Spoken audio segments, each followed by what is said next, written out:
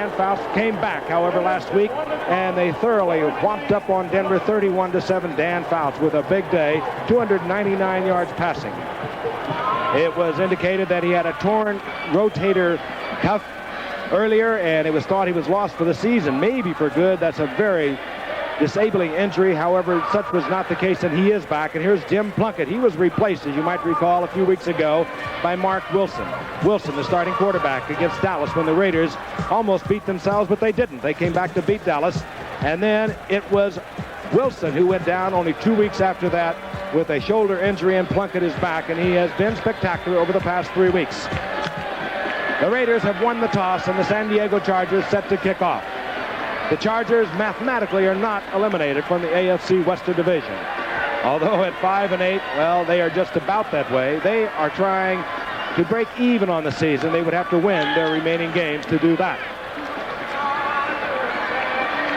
The Raiders now grouping up on the field. They are dropping Greg Pruitt, longtime veteran of the NFL wars, came to the Raiders a year ago from the Cleveland Browns. Spectacular punt return man. As you can see, his average on kickoff returns not as good as it's been. We are set to go. The Raiders, a big, strong team put together by Al Davis from around the league, and they are playing superb football. Only Dallas and Washington has a better record in the NFL. Set to go, and Ralph Benushka will kick off. Greg Pruitt again is deep. This, however, is Clee Montgomery as Benushka kicks away from Pruitt. And Montgomery down the side line over the 35, out close to the 37-yard line. It'll be first down Raiders. Ken Green was down there for San Diego. Offensively, Plunkett, a 13-year veteran, more comebacks than Muhammad Ali, if you will, and he is back. He opened up this season, was replaced by Mark Wilson, as I mentioned earlier, but he is now back in command. Wilson, however, not as seriously injured as they thought. He could be back for the playoffs. The Raiders having only used one of their injured reserve moves. 37-yard line, first and 10, the Raiders. Marcus Allen left side and grabbed by the shirt, and down he goes after a gain of about 3. It'll be 2nd and 7. And let's meet the young defensive unit. They start rookies. They start 4 of them, as a matter of fact. They're very light in their 3-4. They're 3 men up front. They're taking on one of the biggest offensive lines in the league. Mike Green, perhaps the best of the rookie crop. A 9th-round draft pick out of Oklahoma State, plays that inside linebacker. They have cornerbacks that are both rookies. Gilbert at the left corner. He's a rookie from San Jose State. Danny Walters at the right corner, a rookie from Arkansas. But Danny Walters has picked off 6 passes already this season. 2nd down and 7. The Raiders at their own 41-yard line. And Plunkett tried to check off to Allen. And it is incomplete. It'll bring up 3rd down and 7. And O.J., I know you followed this Raider team closely, and Allen is basically the checkoff man. He has 59 receptions coming out of that backfield. Yeah, he had an opportunity right there to break the Raider record for backs catching the ball, but the ball wasn't thrown too well. But look for the Raiders to try to establish a running game early to take advantage of the inexperienced linebackers of the Chargers and run a lot of play action as the game go on. The Raiders up front are enormous. They average 265 pounds. The defensive front 3 and the linebacker for San Diego averages 243 pounds. Quite a disparagement. Plunkett, and he finds Barnwell, who does not hold on. Barnwell was going to run before he tucked it away, and it's incomplete, and the Raiders will have to turn it over. There's a sellout. Well off his first 2 years in the league when he averaged just about 13 yards a return. He's averaging just a little over 6 yards, but he's been troubled with ankle injuries this year. Brooks awaits the ball at the 5-yard line. Drops the ball and covers at the 10-yard line. So the Chargers will begin inside their own 10-yard line. And Dan Fouts is the leader for the year, just under 64%, 16 touchdowns, 12 interceptions. Came back, like I mentioned a moment ago, against Denver a week ago, and was sensational. Going deep against Lester Hayes, and Lester Hayes almost picks it off, as it was Bobby Duckworth that Fouts sent deep against one of the fine cornerbacks this game has ever known, Lester Hayes. In a closer look, it almost looked like Duckworth pushed off Lester Hayes right here. Watch. Well, pushed off or not, he was never open. I think that was a pass just to loosen up the Raiders secondary. Let's get your attention. We will go deep. Fouts last week was 24 of 33, 299 yards, 2 touchdowns, 1 interception, missed by a yard, his 37th 300-yard game of his career. Holder of all the San Diego passing records, shot to Eric Sievers, and Sievers short of the first down out near the 17-yard line. Let's meet the rest of that offense. Big number 46. He said everything in my body hurts, including my hair. He has really been banged up. Third down, long 2 for the Chargers. Fouts looks short, man not open. Now he fires, and Sievers cannot hold on, and so the Chargers on their first possession will have to bring out their punting unit. 53 yards, and there's Greg Pruitt. 12-yard average thus far this year. Second to the Jets, Kurt Springs in the AFC. Buford hangs it up, and Pruitt brings it back. And Pruitt coughs it up. San Diego has it at their own 45-yard line. So a pair of punts, a pair of bobbles, but San Diego knocks it loose. Dan Faust looking over the 1st and 10. Has the time, looking for the receiver. A flag is down, and this will be picked off. Picked off by Mike Davis. But I believe it's going to come back. There was jostling downfield. Matt Millen just lowered the boom on Chuck Muncie and was about 8 yards downfield, and that's illegal. They hit him beyond 5 yards, and I mean, he lowered the boom on him. I think you may be right. Yep. Holding indicated against the Raiders. The Charger is down at midfield. Our referee tonight is Dick Jorgensen. Sore ankle, injured last week against the Giants. Dennis McKnight came off the field. He appeared to be all right. Gissinger has moved to center for the Chargers. First down and 10 following the foul. This is Muncie on the left side. And Muncie with a gain of 5 to the 45-yard line. Chased out of bounds there by Bob Nelson. And defensively, let's take a look at these Raiders. They will alternate a lot of defensive linemen, and they are good. At right end, Bill Pickell, a rookie from Rutgers, with 7 sacks in his rookie season. Ted Hendricks, 212 consecutive games, never missed one since he began with Baltimore in '69. We've talked about Lester Hayes, good secondary. McElroy at free safety, he has 6 interceptions for the Raiders. It's 2nd down and 5. Muncie once again. And Muncie gets to the 42-yard line, short of the first down by a couple. Muncie ended tonight playing hurt, as I mentioned, but with 743 yards rushing coming into the game. McKnight's back in, so that'll help. In the meantime, you must remember this about the Chargers. In the recent weeks, they have played very well against the difficult teams, upsetting the Cowboys. That was a stunner. And right here, Frank and I and Juice saw them almost upset the Redskins. And of course, under Fouts a week ago, they came back and destroyed Denver 31-7. That's Charlie Joyner in motion. Fouts, and down he goes. 3rd down and 2, tough yardage against the Raider defense that's ranked 2nd in the conference against the rush. And so out comes the punting unit for San Diego. Well, they tried with him back at the 10-yard line. Will he angle to the sidelines, or will he put it straight up? Buford looks for the left sideline. Catches it, but out over the 15-yard line. And tempers flare already. We mentioned that they are bitter rivalries, and that extends right to the top of each organization. And that's however, the stadium will be expanded from 52,000 up to 60,000. And there we are. Who are those guys? I don't know, but we missed you in Miami. Tell you about it later. First down and 10, the Raiders. The ball at the 15-yard line. Plunkett is back. Lots of time. Todd Christensen, a flag is down as Christensen, with his 71st reception of the season, gets out to the 31-yard line. But again, that flag is down at the line of scrimmage. Mike Green got back there defensively. San Diego offside. So the Raiders will decline that penalty. They'll have a first down up close to the 30-yard line. Number 79, defense, decline. Look at Plunkett here, but dropping back, a little low and behind here. His favorite receiver, Todd Christensen. Plunkett hasn't been intercepted since he's come back into the lineup. 3 games he's gone. coming into tonight. 115 passes without an interception. Plunkett has Christensen wide open, and he fires out, intended for Barnwell. Almost intercepted by Reuben Henderson, who is starting in there tonight for an injured Gil Bird.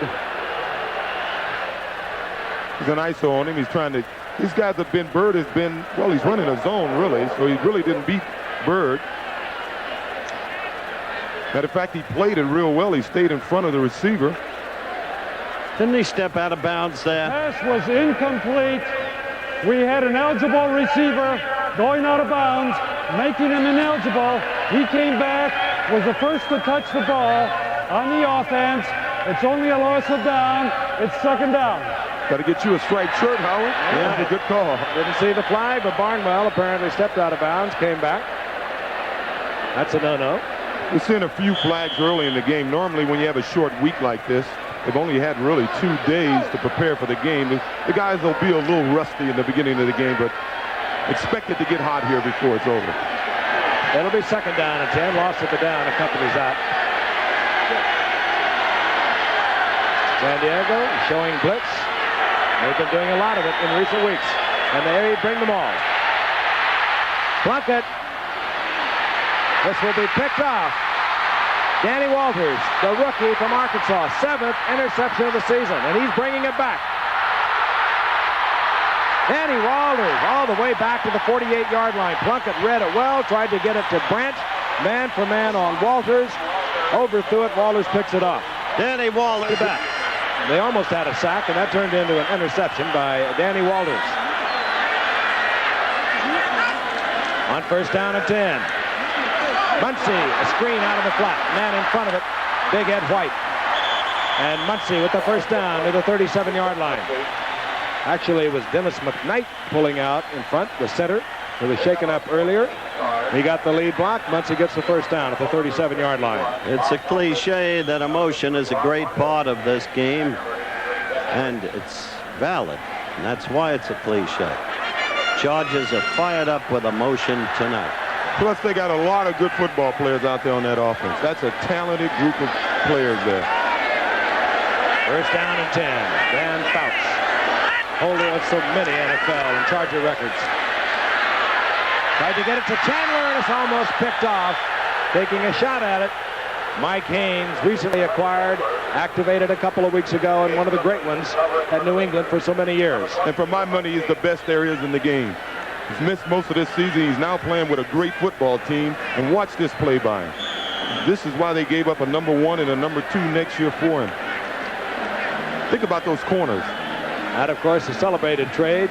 After the trading deadline by some half hour, they created a lot of emotion, a lot of commotion, and ultimately resulted out of the courtroom with the Raiders sending a first-round pick next year, a second-round pick the following year to New England for Mike Haynes. The second down and 10. Fouts under pressure, gets it off. Chandler has the first down at the 23-yard line. I'll tell you, that's Dan Fouts. That is Dan Fouts. 10, Fouts back once again. Tries to get it to Chandler. A little hot for Chandler.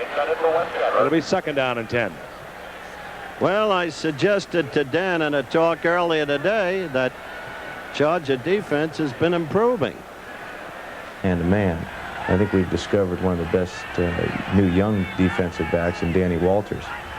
He's just done a super job for us last couple of weeks. He can cover man-to-man. And when you have a guy like that, you can put extra pressure on the quarterback. And, of course, it was Danny Walters with the interception that has set up a possible scoring opportunity for the Chargers. You just watch Chuck Muncie around the left side, taken there by Jeff Barnes. Muncie with a pickup of about 6. It'll bring up third down and 4. The ball resting at the 17-yard line. Fouts in his 11th year. Several injuries this year. Sprained his arch in preseason in the 4th game against Cleveland. Broke the navicular bone in his left hand. He continued to play the 5th game, a shoulder against the Giants. The 6th week, that got him a rotator cuff injury against New England. Fouts, Joyner, first down Chargers, 5-yard line, first down, goal to go. If ever a man had a special fondness for one of his receivers, Dan Fouts does for Charlie Joyner. The veteran who every year says he's going to retire, but then is talked out of it.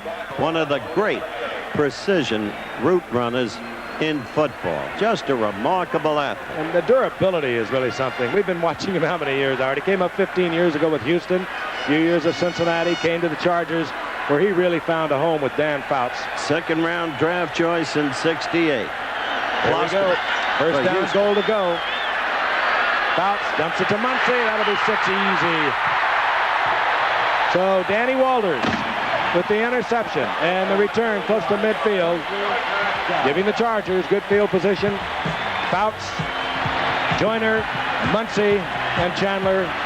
6 points Charger football. No one does it better than Erskine.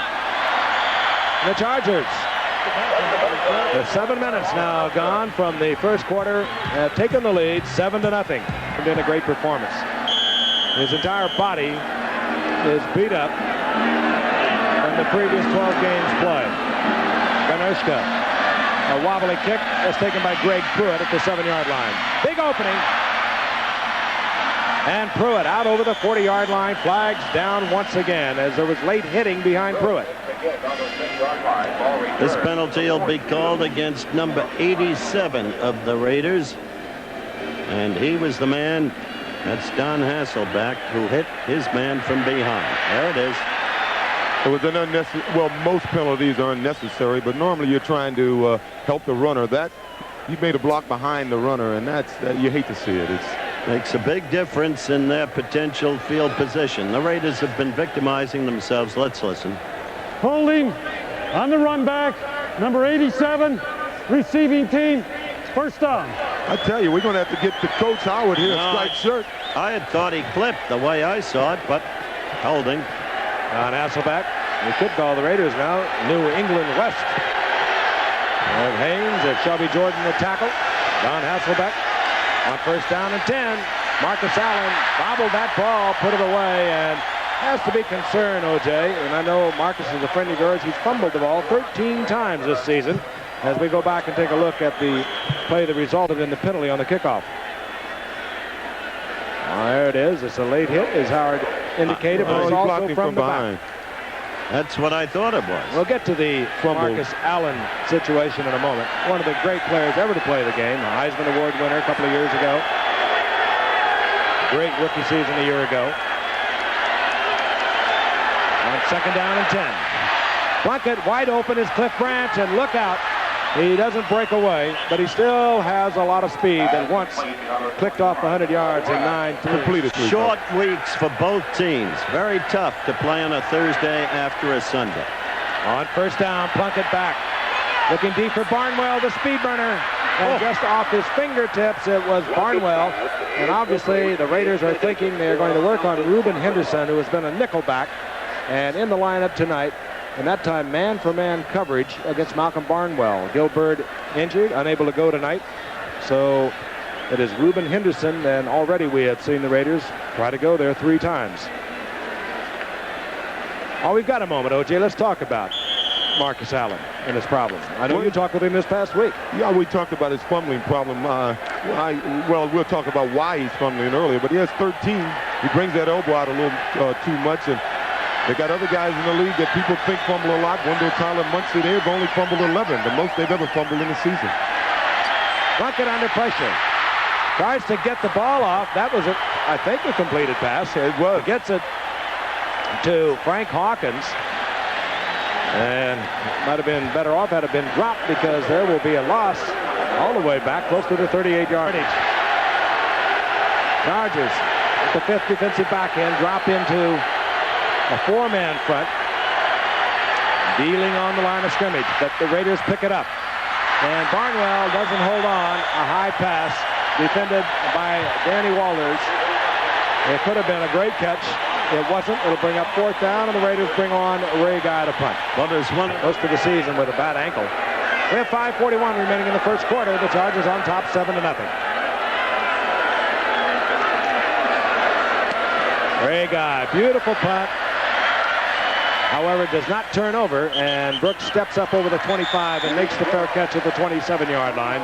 Not bad field position for San Diego as they trot back out on the field with their offensive unit. 39-yard punt by Ray Guy, a little below his average. To beat them, because they are one of the finest teams in the league, if not the finest team.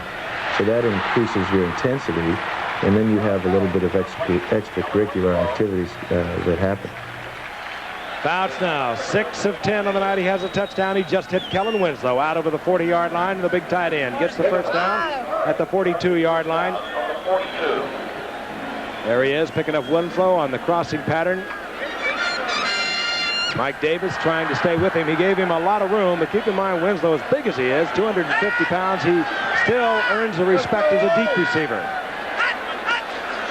First down and 10, draw play, Muncie. Nothing happening, but he makes a little bit out of nothing. Gain of about a yard and a half.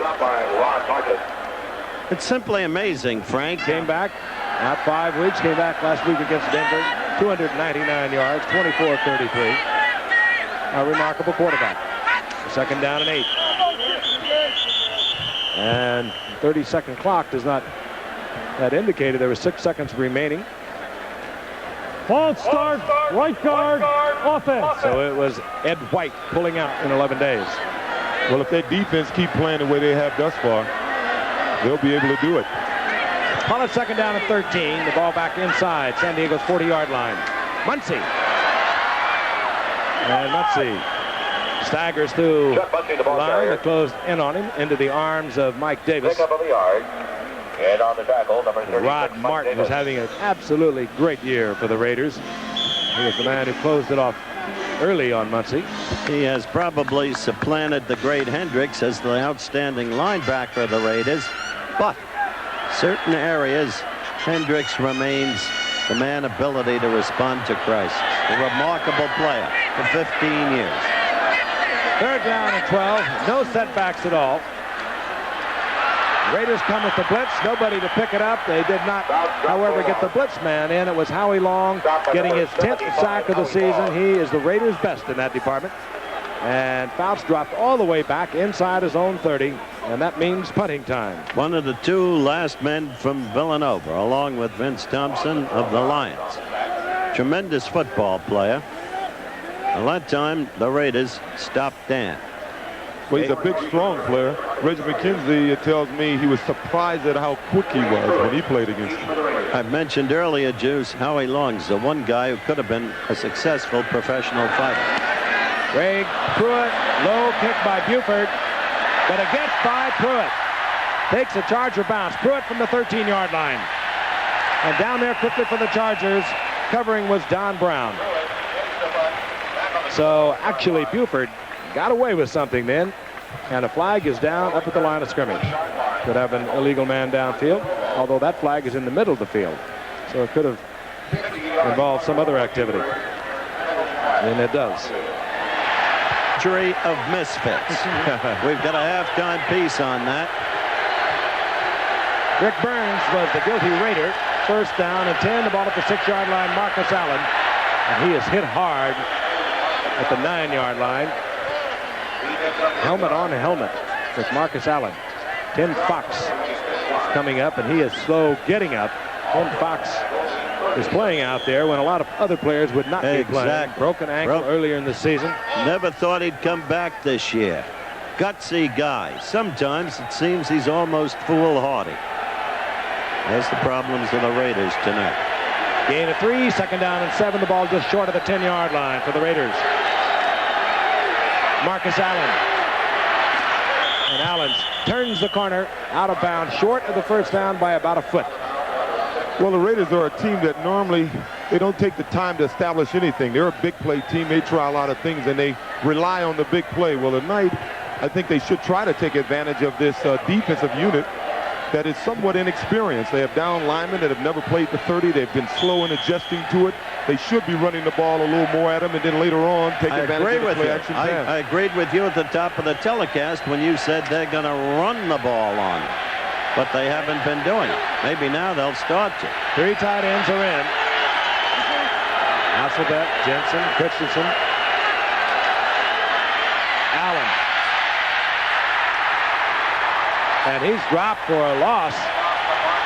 And that will bring up 4th down, and that is going to really fire up this defense that held Denver last week to 195 yards. They are coming right back to that game in a very short period of time to get ready for tonight. The crowd loves it, and the defense comes out, slapping each other with high fives, and Don Coryell, who always has that serious look. Well, you heard me mention it in the past. When you got short...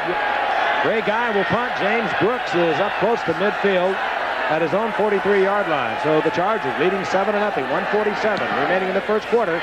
Should get good field possession. Ray Guy hits a beautiful punt. Couldn't be better. He puts it out of bounds at the 32-yard line. And what a punt. 51 yards. And giving San Diego no opportunity for the return. 32, Frank. Excuse me. San Diego with a good defense. Out to the right. Top of your screen is Wes Chandler. Severs is the motion man. Fouts in a crowd and somehow gets it to Joyner, who comes down with it at the 40-yard line. There's a gain of 8, and the Raiders had everyone. But Tom Flores, the coach, on that blitz. I did, and that was dangerous. The ball waffled. It wasn't a typical Fouts throw. From the reverse angle, you'll see it, and Joyner makes it possible. Working on Mike Haynes, and I tell you, if you're a football fan, it's going to be fun for the next 3 quarters to watch these guys work on one another. The Raiders with 2 of the finest corners in the game, both all pros. Oh, a little mistake there. He didn't get the handoff. Now that's rusty. Got the first down possibly, though. On the rollout. Dan Fouts, the ball carrier. And he knew where he had to go to get the first down, but he did not want to endanger a body that's pretty well beat up already this season. Yeah, well, that's what's being a little rusty, Frank. He turned around. He didn't get around quick enough to get back to Muncie to pass the ball off, and was stuck with running it himself. As you can see, Muncie had expected to get the ball, and he was a little slow on his turn, and like every heads-up quarterback, he realized what he has to do, even though he doesn't want to. Look at that ball. Out there like a loaf of bread. Oh, nobody was around, though. That's not his thing. But he got the first down. You heard the roar of the crowd while we were in the replay. San Diego out over their own 42-yard line. That'll tell you a lot about Dan's running ability or his inclination to run.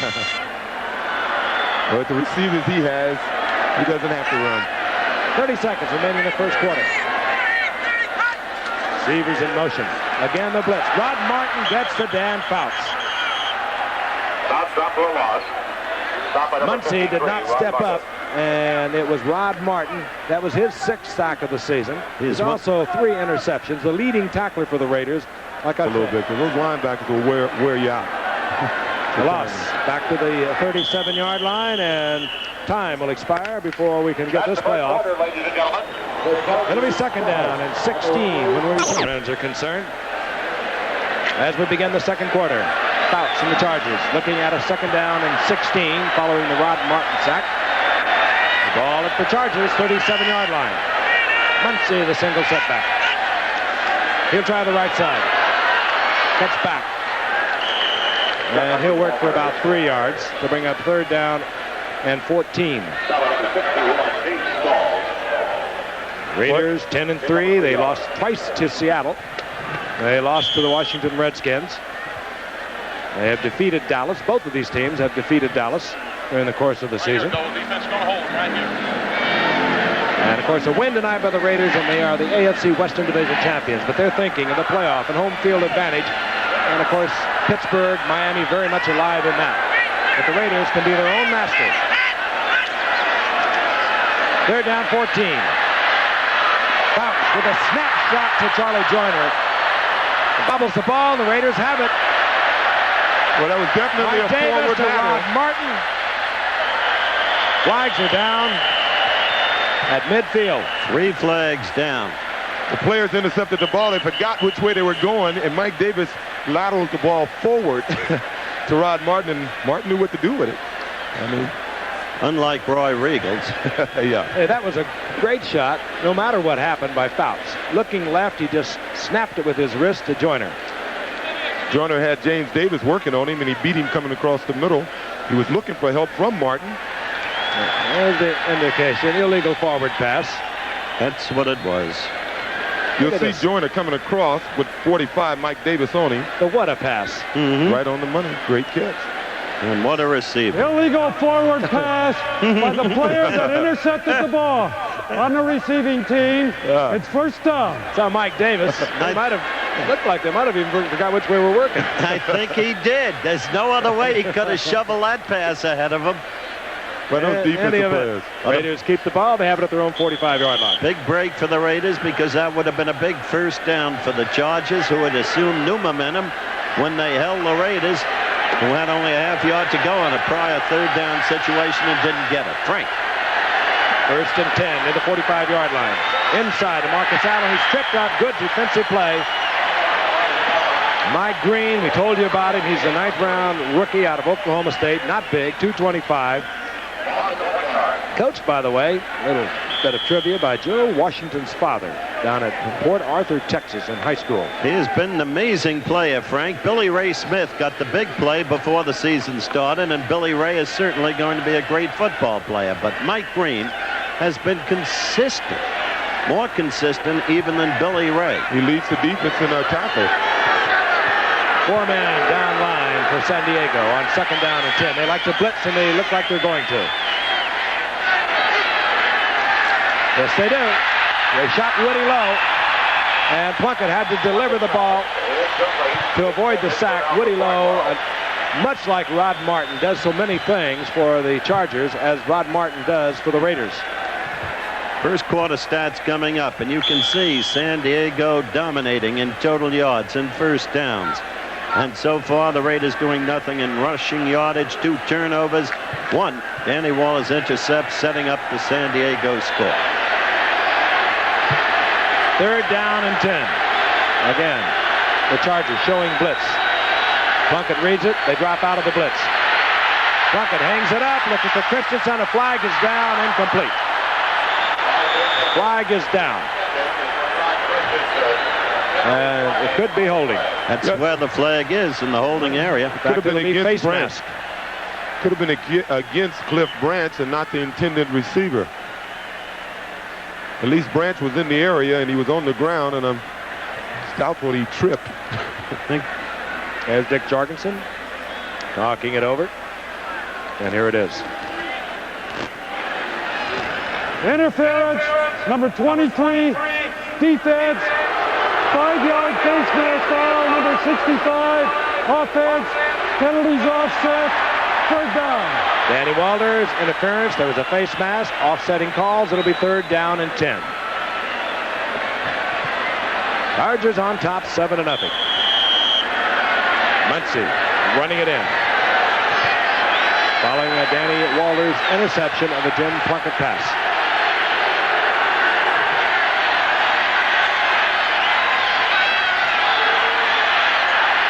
Plunkett drifting out. That one by design. Woody Lowe back there defending on a ball that was thrown behind Marcus Allen. Woody Lowe looking for the interception, almost popped it in the air to Allen. San Diego continues to dominate because of the excellence of its San Diego defense. They had 4 sacks and 3 interceptions against John Elway. Ray Guy to punt. Beautiful punt by Ray Guy. Hangs it up. Brooks didn't hesitate a moment. He saw the height of that ball, called for the fair catch near the 18-yard line, and San Diego, with their defense playing in first gear, get the football back at their own 18. Sellout crowd. First down and 10, the Chargers at their own 18-yard line. 12:56 remaining in the first half. Chargers lead 7-0. Kellen Winslow nicely covered there. Mike Davis moving up from the strong safety spot, but getting help from Rod Martin. Don't start in with Kellen. That's my advice to you. Matt Millen, I wouldn't start with him either. No, I wouldn't start with him either, but not with Kellen. Well, Kellen could catch the ball and maybe hurt you. Matt can hit you, and that hurts more. And Kellen can hit you. Well, I don't think he's going to chase Matt Millen. We saw Kellen on the weightlifting. You remember in Key Biscayne? Just pick it up over the shoulders, over the head. What strength. 2nd down and 10. Blitz. And again, trying to get to Kellen Winslow, covered by Mike Haynes, but the pressure was on Fouts. Incomplete. It'll be 3rd and 10. Well, it's apparent the Raiders are a little flat, and I think Matt Millen is that sort of inspirational player, and he may be just trying to get his guys psyched up, get them going. Fouts looking over to the sidelines, getting the plays called in by Ernie Zampese. Good SC tailback. Yes, he was. What a great assistant coach. You ask Joe Gibbs about Zampese, he'll write a book for you. I wonder if Don Coryell and Joe Gibbs have been talking this week. They're dear friends. Joe Gibbs having coached under Don Coryell on a couple occasions, San Diego State with the Cardinals. 3rd down and 10. Fouts with a beautiful effort gets the ball out to Houlihan, who's had a couple of key games. But I'll tell you, Fouts, cool as he could be, he knew he was going to be blistered back there, released it at the last possible moment. And we're going to pause 5 seconds after the first down and let our stations identify themselves. Eyewitness News follows the game on WABC TV New York. Jack Murphy Stadium sold out for a meeting. Bitter rivalries. The Raiders from Los Angeles, the San Diego Chargers. They usually dominate this conference or division, and the Raiders have done that again this year. San Diego on top, 7-0. This is Muncie. He scored the first touchdown. He runs into Bob Nelson over on the right side. I don't hear much about Nelson, but a solid, consistent ball play. In the meantime, Houlihan was the guy who excelled for the Chargers against the Cowboys, you'll remember, Frank. And he had a big night against the Redskins when we were here earlier in the year. Former Notre Dame wide receiver. There was a gain of 1 by Muncie. It's 2nd down and 9. Chandler is right. Joyner's up the top of your screen. Severs into motion. Muncie with a big opening. Muncie can't stay on his feet, or he'd have had 6. But he gets into Raider territory near the 49-yard line. Tripped up by Mike Davis. He really rumbles, doesn't he? Here's a low-angle look. Boy, with a back block, he's got some room like this. And this is a type of hole that even Frank and I can still run through. This guy knows what to do with the ball. He almost broke it. He said, you go ahead and do what you want to do. I'll stay right here. You see any similarity between Muncie and Eric Dickerson? Well, they're both long striders. But I don't know. They're big guys. One commanding difference. Dickerson has that blazing speed.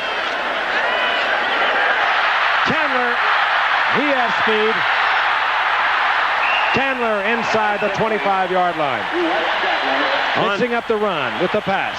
That 3rd down pass for the first down 2 series ago was a key for San Diego. This team growing in confidence. Let's take a look at both receivers. Fouts here, Joyner top of your screen to the left, Chandler to the right. Going against Lester Hayes, and they've been asking their corners, Haynes and Hayes, to cover them one-on-one, but that's just too much room. I mean, there's not much you can do when you're not getting help, and a guy like Wes Chandler runs a little slant pattern like that. Chandler is a great runner. That's one of his great values. Like Muncie, like Brooks, he's been playing hurt most of the year. 1st down and 10, 23-yard line of the Raiders. Fouts. Flag is down, looking for Winslow in the corner. And this could bring up the holding. It will, against San Diego. Mike Davis almost made a cardinal error there. He waited for the ball to come down and almost gave Winslow a chance to get there and jump up and catch it. You got receivers like this, you can't wait for the ball. You have to go after it. What receivers they are. Let's listen once again. Dick Jorgensen. Holding, number 75, offense, still 1st down. Andy Gissinger over at right tackle. There he is right in your face, number 75. He's working against number 75, Howie Long. 2 big strong ones. Grunting and groaning in there. Fouts 10 of 16, 130 yards, 1 touchdown. 11:06 remaining in the half. The Chargers lead 7-0. Severs in motion. Fouts, Winslow overthrown. And Winslow wide open for the at the 15. Frank, reverting to Chandler for a minute, I asked Dan in our talk today to compare Chandler, who came in when John Jefferson was sent to Green Bay, to compare the two. He said for a given catch, in a given crisis situation, I probably never threw to anybody better than Jefferson. But for the man to take the ball and the action to begin. With his greatness as a runner, there's nobody like Wes Chandler. Again, just trouble this year with a sprained foot in preseason. Then he sprained the other foot a couple of weeks into the season. Second down and 20. Oh, and Fouts checks it off. Muncie. First down, flopping the ball around, but he actually hurdled Mike Davis to get the first down. I absolutely don't know how Fouts got that ball off. That's the second one on this drive. He's been able to get loose when the Raiders all over him. low angle. Muncie's running a flat pattern, but Wes Chandler absolute beat Lester Hayes at the line of scrimmage on that time. Lester was playing him close. Look at him hold that ball. Look, you want to know why he fumbles? Yeah. You see him make Mike Davis miss. Mike Davis is a fine tackler. Nevertheless, you'll find that Muncie's high was 11 times in a season on fumbles. I think a lot of it has to do when you fumble. He has that reputation because he normally fumbles at inopportune times. First down, goal to go. Fouts. Severs was wide open in the end zone. Fouts was making sure, however, it would not be picked off. Yeah, nobody remembers when you fumble when you're up by 20 points, but normally if the game is close, you see a guy like Wendell Tyler and Muncie, they fumble at those times, and people consider them fumblers. Tyler's most is 11 in a season. Who had 16, Juice? Cribbs. That's right. No, Cribbs. The most of any running back, and the most in the league was Pastorini. He had 17, and he broke Dandy Don's record. Frank Gifford had 9 one year. 2 in the sudden death game. I carried it 400 times that year. Second and goal. 10th play of this drive. This is James Brooks, and Brooks down close to the 5-yard line. It'll bring up third down, goal to go. Well, both offensively and defensively, the Chargers are beating the Raiders up front. They're giving Dan the time to throw. They are now. They're running the ball, and when they run it, they're running it successfully. And on defense, they're just really giving the Oakland offensive line some problems. Interesting play the Chargers have run. They ran it successfully at midfield. Muncie got a big first down. They set up on a block. There is no draw fake, however, as they just hand off. But the Raiders are thinking past the Raiders down linemen. They've got 2 nice pickups out of it. Third down and 5.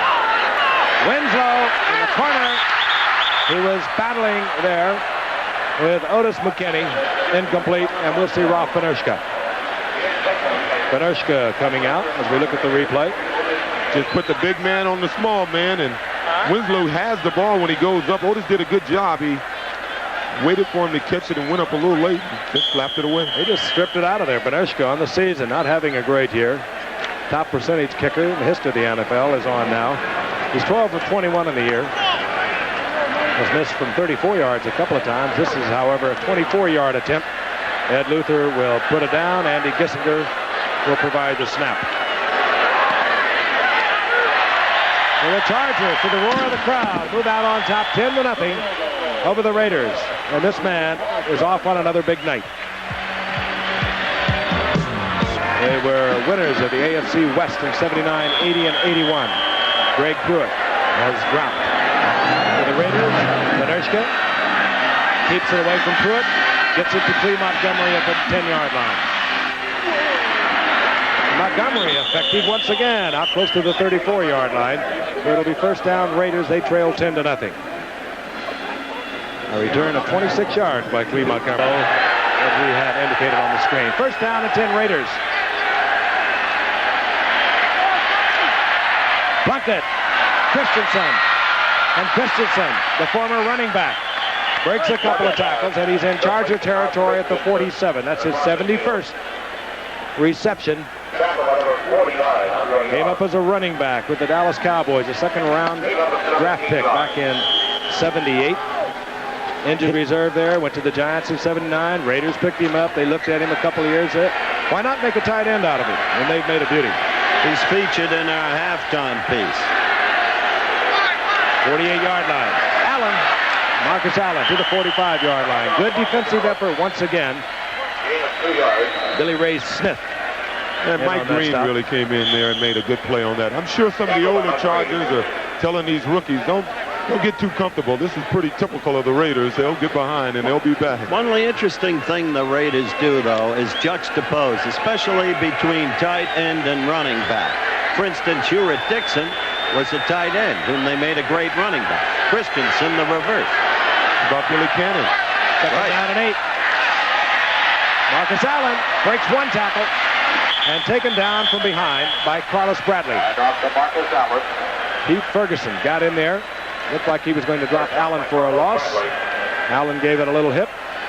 That was a little gamble for Marcus to jump outside. He really shouldn't have, but they were beaten at the point of attack, and that's when the backs start losing a little confidence in his line's ability to block for him. They start looking for a way out the minute you get the ball, and he was lucky to be able to get outside on that run.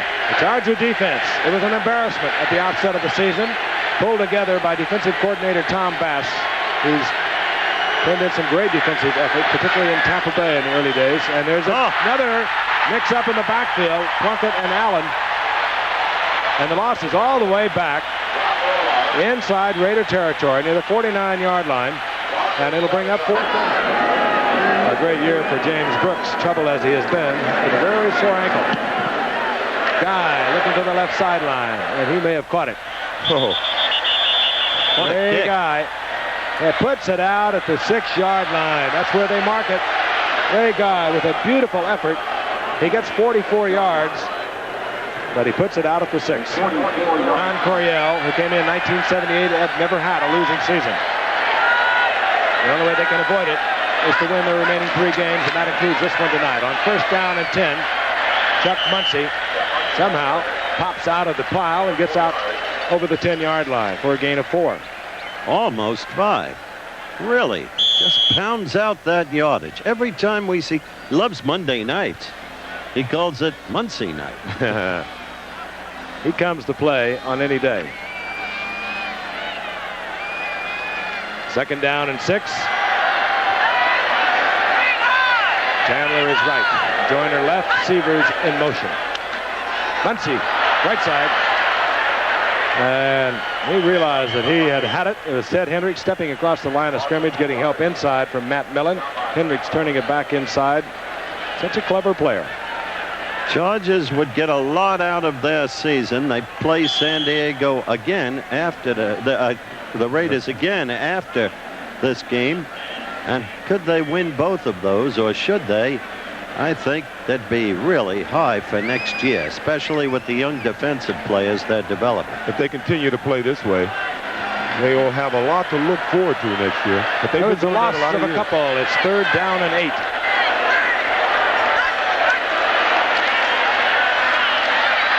Kellen Winslow, and Kellen's Winslow cannot get away from Mike Davis. It'll bring up 4th down, and it should give the Raiders good field position. That was a big series for the Raiders. If they're going to do anything, and the Juice characterized them as flat earlier, you were right, Juice. But They're it's not going to do it unusual. now. Not unusual for the Raiders to be a flat team. I'm sure our fans have been watching them play over the years, and for them to be behind early in the game is not really that unusual. They always seem to make it a game at the end. As you see him running a flat pattern, I think they were really relying on his running ability to get the 1st down, because it's unusual for the Chargers to throw short of the 1st down. Buford will kick from about the 2-yard line. Low kick. Pruitt this time steps in front of it. Pruitt, a couple of blockers, and Pruitt all the way down to the 41-yard line of the Chargers. Another flag down. Flag. It's going to be interesting to see if they call a clip on this. I saw 2 guys come back to make blocks, and they look like they got just enough to the side of the Charger player to make it a legal block. That's 2 line drives now by Buford. That'll back the Raiders up. See if they call that on Lyndon King. I thought he made a legal block. Maybe it's on someone else. I thought it was on Tony Caldwell. Well, you thus far deserve the jersey. Either way. Illegal block during the run back. Number 57. I got one. Receiving team. Give me a jersey. 1st down. Tony Caldwell. I got you. It'll be 1st down and 10. The Raiders at their own 37 when we come back. The redesign where it will expand from 52,000 seats to over 60,000. 1st down and 10, the Raiders. 4:41 remaining in the half. And Plunkett will be sacked. It was Billy Ray Smith, son of one of the great ones with the Baltimore Colts, Billy Ray Smith Sr., I don't blame the Chargers for the obvious enthusiasm they're showing on the field. They're beating the Raiders solidly both ways. And that's what's great so far about their play. It's been totally solid. There's Mark Wilson, who suffered the damaged shoulder and will probably be out for the rest of the year. In the meantime, we'll talk about Jack Murphy in a moment, Frank. Could be back, Mark Wilson.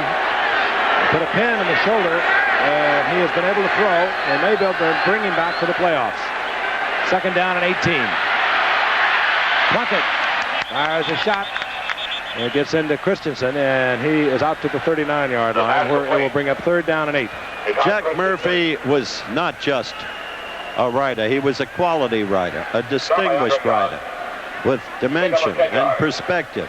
His closest friend in life, the late Walter Red Smith. They were inseparable together in the late years of Red's life whenever they covered an event together. Very influential in inducing one of the owners of the Chargers, Baron Hilton, to make the fight to name this stadium San Diego Jack Murphy Stadium. Baron Hilton here tonight with Alex Spanos. 3rd down and 8. Plunkett has been sacked once tonight. That's the first time in 2 games, and he's under pressure, but he gets the ball off to Christensen, who surges forward for the 1st down near the 48-yard line. Tim Fox coming in. Tackled by Andre Young. Take a look at from the ground level. The Raiders at this point is a one-dimensional offense. You'll see Fox come in, Juice, as they safety blitz it once again. They can only get the ball at Christensen. They're not getting much production from anybody else in their offense. I was surprised on 1st down they ran a play-action pass.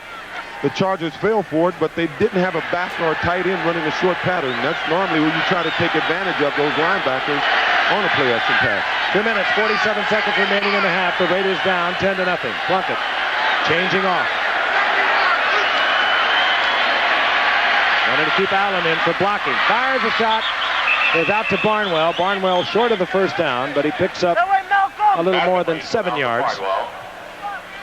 Ruben Henderson was a little tentative on that play. Well, and the blitz which the Chargers were bringing, that meant that Henderson was covering Barnwell with great speed, man-to-man. That's a kind of interesting statistic. Not been shut out in the first half in 32 regular season games. And they haven't in this one. October 11, 1981. No, they haven't. 3 timeouts for the Raiders as we approach the 2-minute warning. Marcus Allen trying to surge forward for that 1st down. He's very close to it. Time will expire, and we'll get the 2-minute warning. And we'll be back in just a moment. That is one of the players, I think, who suggested the title for the halftime piece we'll be bringing you. While we were away, they measured, and the Raiders are inches short of the 1st down.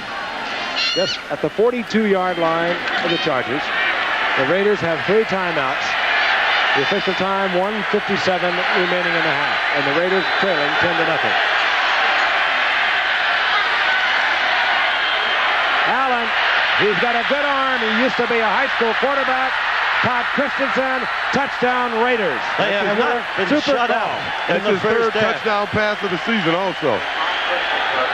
7 attempts, 3 touchdown passes by Marcus Allen, who used to be a quarterback at high school here in San Diego. And he has just connected with Todd Christensen, who just collected his 10th touchdown of the Raiders season. You were right. They haven't been shut out this half yet. And now they certainly haven't. Let's take an end zone real. The sweep, it was defense well. I mean, I know both guys feel pretty good. Todd Christensen's mother's in the hospital with an operation today. I'm sure she's feeling good about this. And it's Marcus Allen's mother's, Gwen's, birthday. So both mothers are feeling pretty good today, this evening. Mother's Day. Chris Barr for the conversion. Barr drills it through. So the Raiders draw close. They trail by 3. And we'll be back after this message from the National Football League. Allen, I think he's trying to get a message to his mom, who O.J. has told you had surgery today.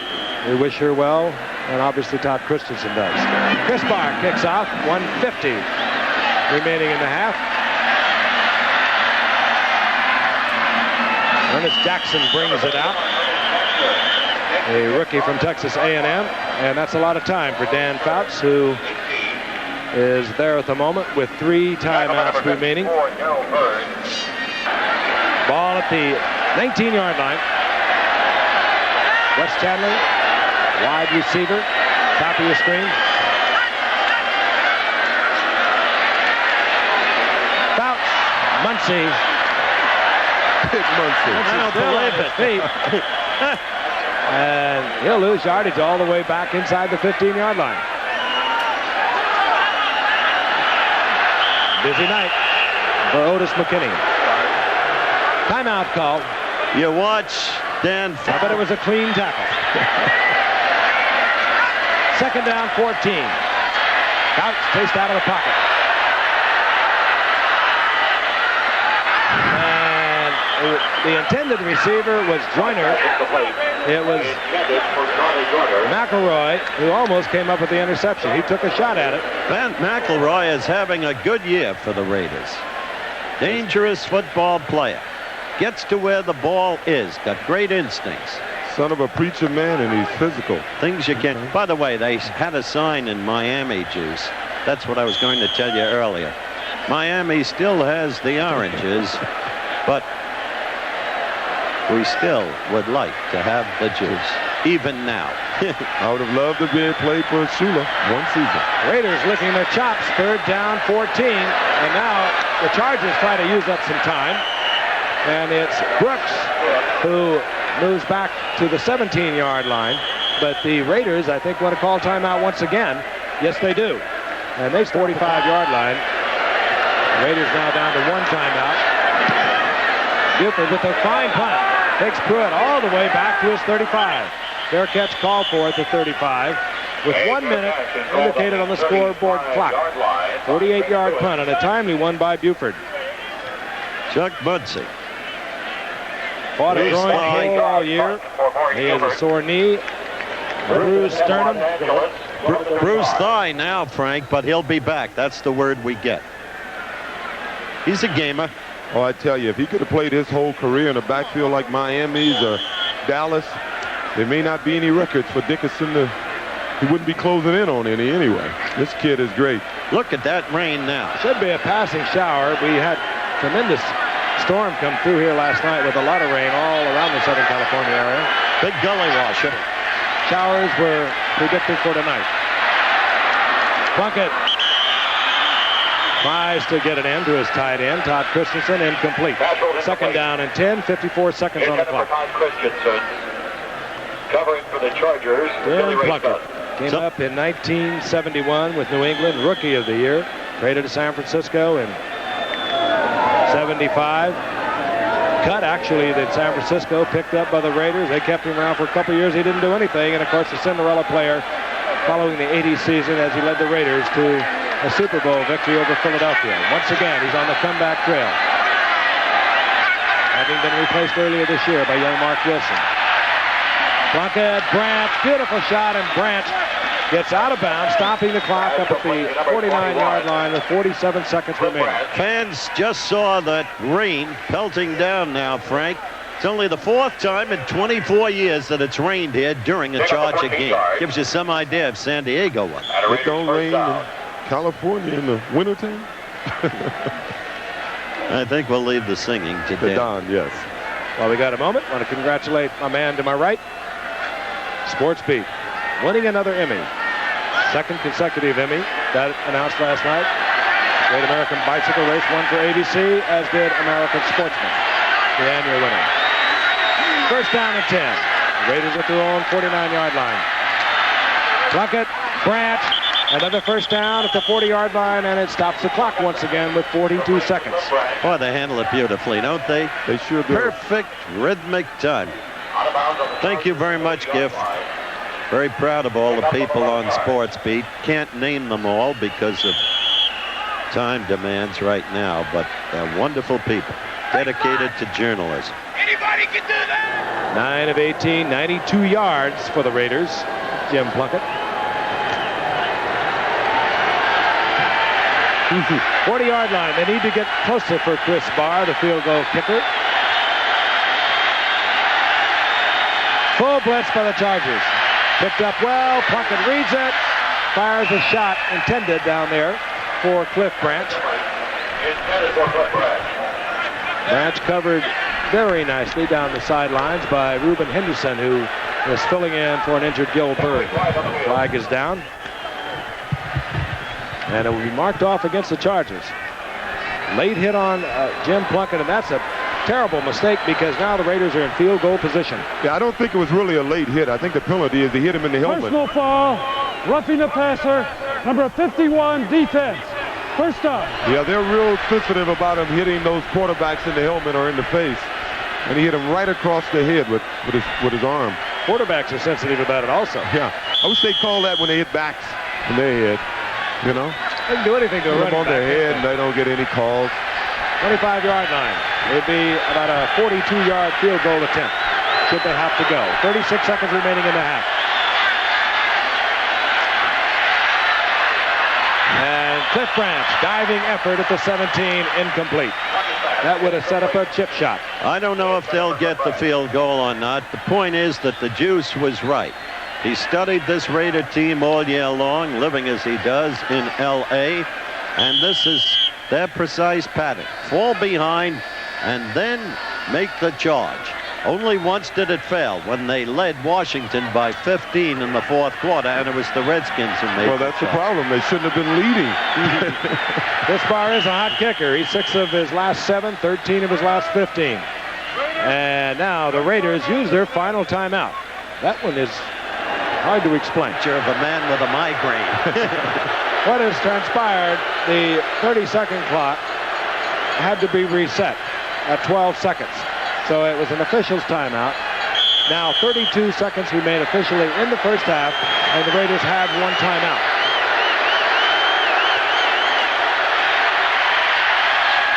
Todd Christensen. I don't believe it. Magnificent one-handed grab, his second touchdown of the night, the 11th of the season. He just put out one hand, pulled it down, and I'll tell you, not a bad pass by Plunkett because Ken Green was with him stride for stride, and he put it the only place where it could have resulted in the touchdown. And Mom Christensen, I hope that makes you feel a lot better. I hope so. This was just, it was a great pass. I thought it was a little overthrown, but the catch by Todd is incredible. I tell you, Ken Green was right with him, and it had to be put here. Look, in One the rain. hand, hits it up, his own tip drill. 5 plays, 65 yards. They used 34 seconds, and they have taken the lead. They've been thoroughly outplayed, and they are now leading. Chris Barr gets it through just barely. Just barely is right. So in a minute, 57 seconds, they scored 14 points. 14 points and have taken the lead. The Raiders will do that. Right after our producer put up, Bobby Goodrich put up the graphic that said they haven't been shut out in the first half since October 11th, 1981. Well, they are an amazing football team. Here's a team that they go out. They don't try to really establish much. They don't worry if the running game isn't working. They don't even worry if the passing game isn't working. They know sooner or later they're going to make the big play, and that's what they've been able to do here tonight. Quite a performance by both these quarterbacks. They have both been under tremendous pressure and still managing to get the good pass off. And that was a beauty to Todd Christensen. 24 seconds now, officially on the clock. Raiders will kick off. Reminder once again, during halftime, an interesting look at these Raiders. A menagerie of misfits is entitled. My colleague, Terry Blair, providing a very interesting insight. Chris Barr, who was on the sidelines, thinking he was going to be the one that would have to attempt to tie it up. Look at that. 76th reception, ties Raiders record held by Art Powell. Was he a great one? 1964. Talk about some big catches. Barr booms one. Brooks deep in his end zone. He'll stay there. And things are getting a little rough. You can credit that touchdown right back to that play, too. That's when the Raiders started stopping the clock. Now Fouts is knocked to the turf. Mr. Hendricks. No, I think that was Greg Townsend. That's his 8th sack possibly this year. 8.5 for the rookie from TCU. He got 2 Fouts on that one. Actually, Hendricks has been hurt a little bit this year, and he hasn't really played that much tonight. If you've noticed, he hasn't been in the game too much. We talk so much about the personnel changes offensively in the game going to a pass game. But I'll tell you, the Raiders have answered that. They've got 6 defensive linemen that they interchange constantly. Alzado, of course, out with a sore ankle tonight, but they bring them in. They always keep 2 or 3 fresh pass rushers, and it pays off. That's the end of the first half, and the Raiders have bounced back. They take a 14-10 lead. We'll be back. Fouts, 153 yards, 1 touchdown. James Brooks has dropped for San Diego as we get the second half underway. Chris Barr to kick off. High kick for Barr. Brooks at the goal line. And Brooks tripped up out over the 15-yard line, gets up close to the 18-yard line. And San Diego trots out their offensive unit. Number 40, Rick Bird. Chuck Muncie joining Dan Fouts, Les Chandler, Charlie Joyner, wide receivers. Kellen Winslow will work with Eric Sievers, the other tight end. He'll do a lot of motion. Let's take a look at the numbers first quarter. All right, in the first quarter, you'll see that San Diego dominated, and as Frank has mentioned, the turning point leading to the San Diego score, a pickoff by Danny Walters. Then at halftime, the stats had evened out. But it's down to 10. Muncie just pile driving out over the 20-yard line to the 22, a gain of 5. Re-summarizing, for 28 of the first 30 minutes, San Diego was in command, leading 10-0. Within the final 2 minutes of the first half, suddenly the Raiders exploded for 2 touchdowns on the passing arm of Jim Plunkett and a remarkable reception by Todd Christensen. Also very clever manipulating of the clock. They called timeout on a pass play that was turned into a loss. They used the timeouts well. As we watch Muncie once again, held short of the first down, out over the 25, but on a 3rd and short yardage, they made a tremendous call. A handoff to Marcus Allen. He faked the sweep to the left, looked up and fired the touchdown pass into Todd Christensen. And on the other side of the coin, to buttress the kind of play Frank just described, they started picking up the blitz in the final 2 minutes, and that's what enabled Plunkett to get the ball off. Earlier, the blitzes had been confusing them, pressurizing Plunkett. And the Chargers with that light front, they have to go to the blitz if they're going to get a pass rush. 3rd down and 2 now for San Diego. Muncie with a super effort, and he'll be close to the first down. Again, this will be just depending on where they mark it. Muncie knew where he had to go. He got away from the first tackler, and he's playing now with a bruised thigh in addition to all the other injuries I spoke of in the first half. Ribs, sternum, a pulled groin. They'll bring the chains out and we'll look at it again. Good effort, O.J. Yeah, pretty much a conservative pass. I thought that hurt him at the end of the first half, and here's Muncie. Does a super job of keeping his body under control, bounces off Bob Nelson's tackle, and just about gets the first down for... that much, Mom. Well, you can't fault Chuck on that. He did everything he could. Mike Davis blew that tackle. He had him one-on-one. Tried to torpedo him, didn't succeed. Here's kind of a risky piece of business. If indeed they go with the 4th down running play, they keep the punter, Murray Buford, on the bench. They trot out the 3 tight ends. Could be that they are just going to go with a long count. Or if you've got a 5-8 record, you can do things like this. Well, I would do it. They don't have a playoff in their future. What the heck? Go for it.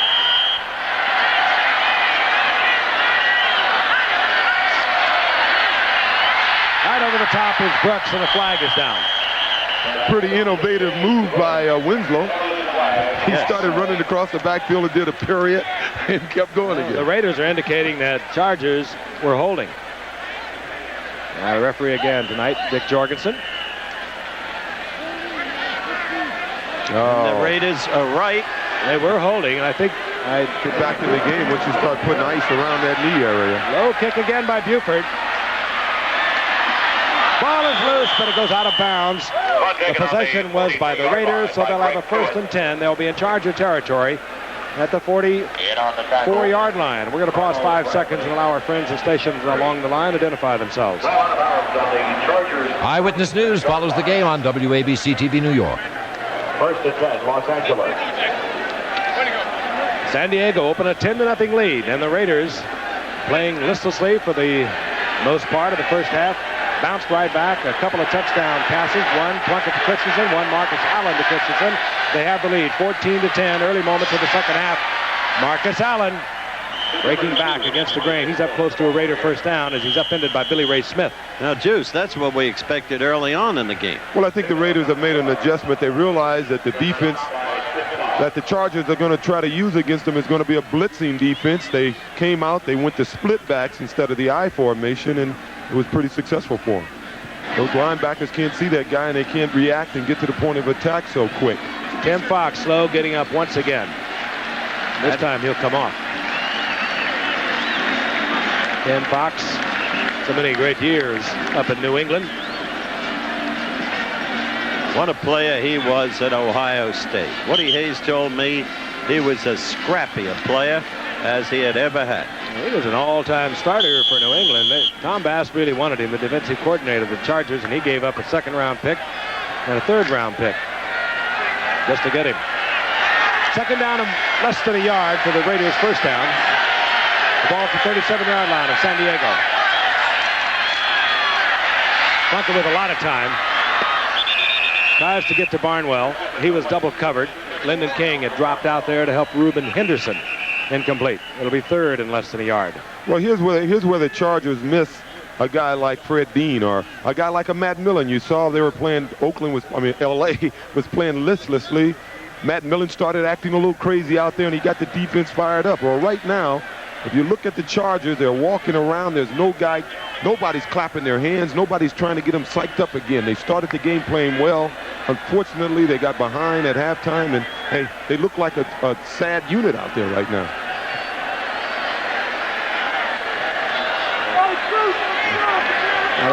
Apparently, there is an official's timeout. We do not know exactly the reason. We'll be back for more action in a moment. Again tonight. Meanwhile, the Raiders third down and one. The ball at the 37-yard line of the Chargers. Marcus Allen has the first down. He almost pops it big to the 30-yard line. First down, Raiders. What a pity if Muncie is out for the night, and it appears he certainly is. Raiders first down. Chargers 30-yard line. You're right about that adjustment, Juice. You go to split backs, they can't get the reads that they would get from the eye. Tim Fox comes back into the lineup for the Chargers.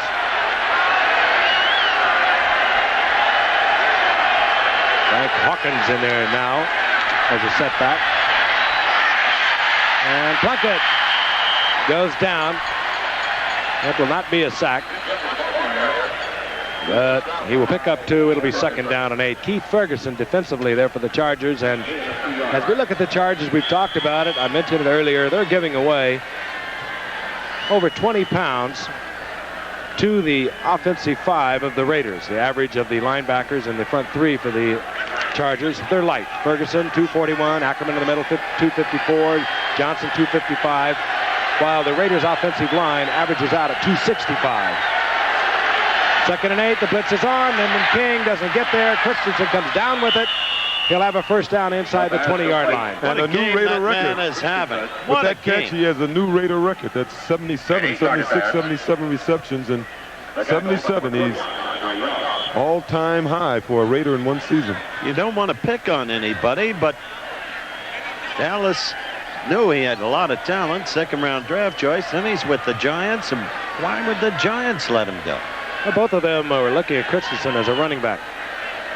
He came out with the Raiders, and for 2 years didn't do anything with them. I'm not going to pick on him. Traded Casper down to Houston.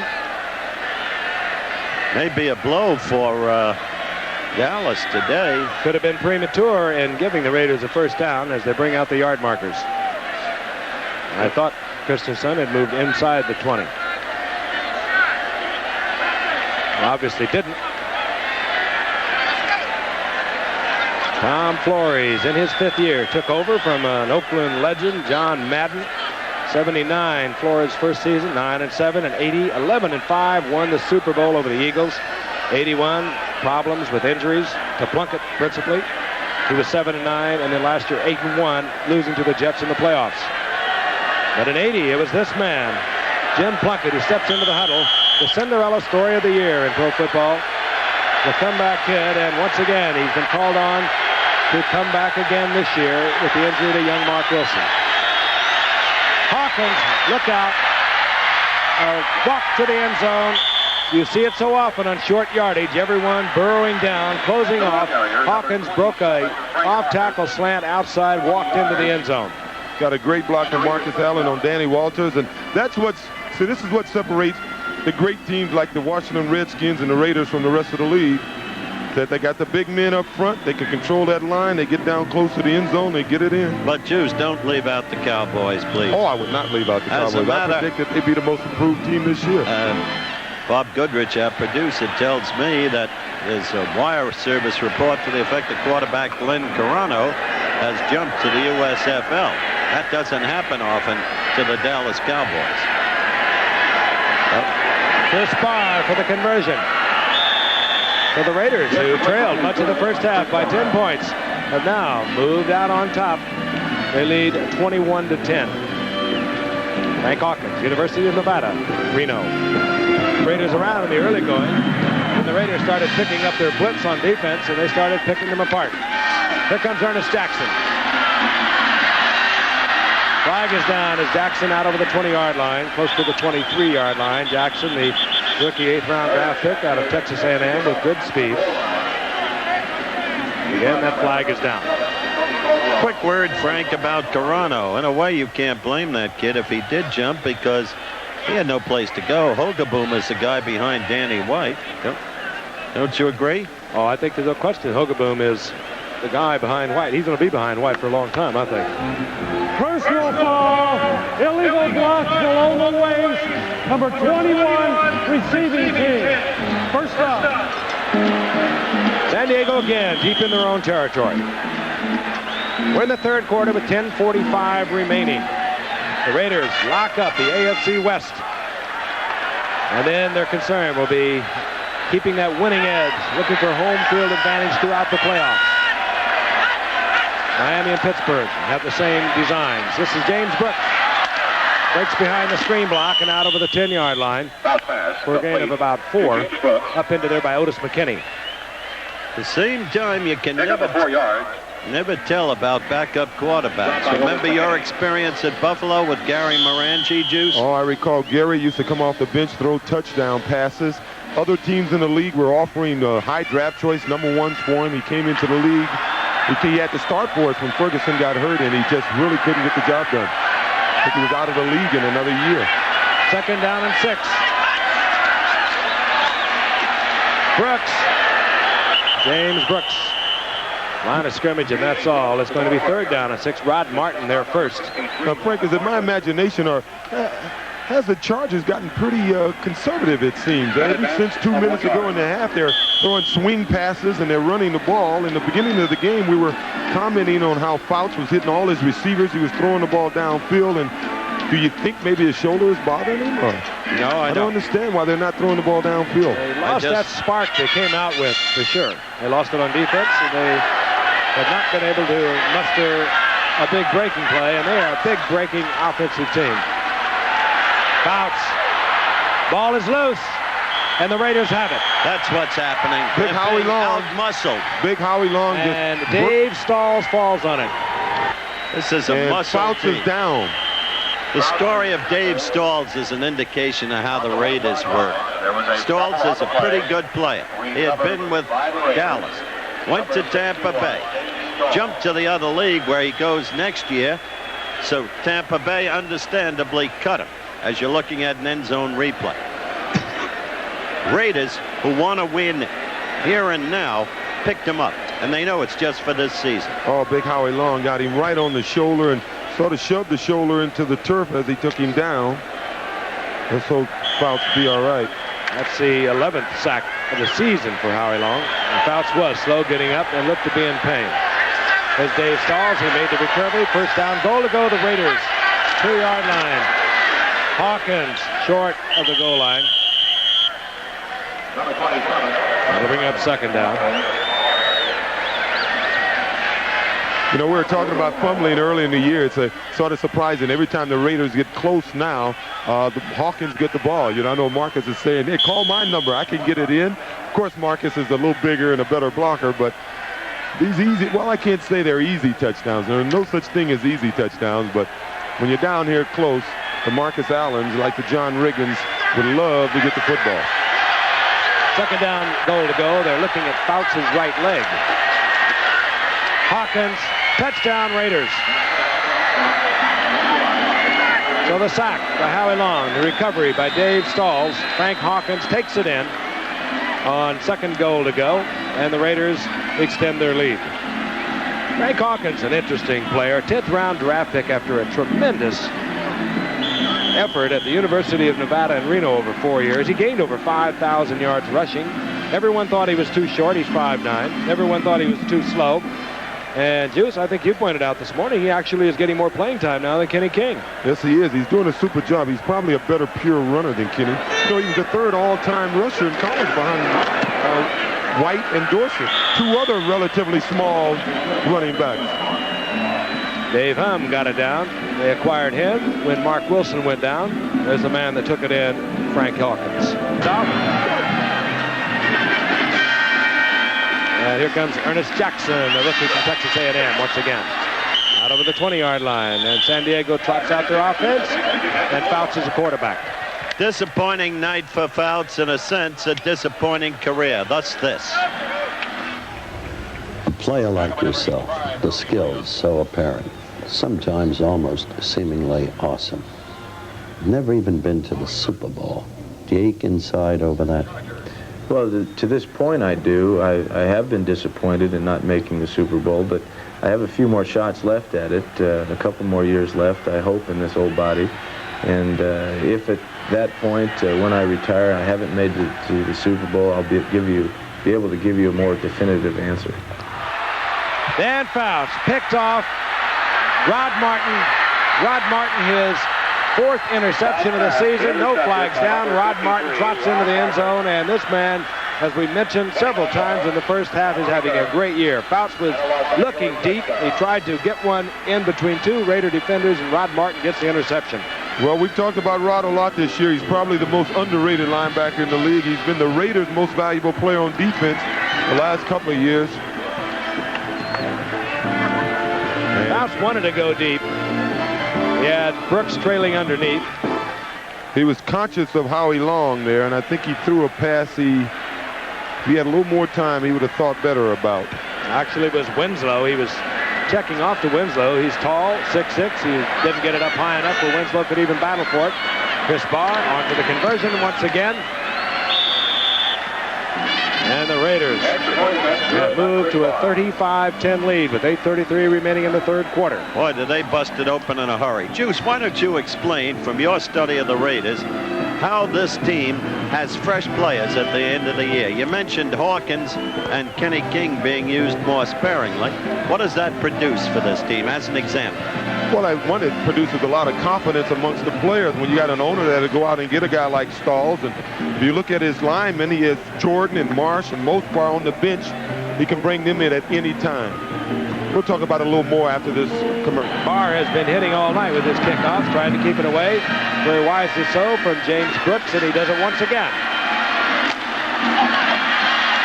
Here comes Jackson, and he's to the 35-yard line. Up into there by Calvin Mohammed. And so the Chargers, their offensive unit, has had 3 possessions, and the Raiders now have taken it in twice. Raiders have scored, believe it or not, Giff, 35 points in 8 minutes and 17 seconds of playing time.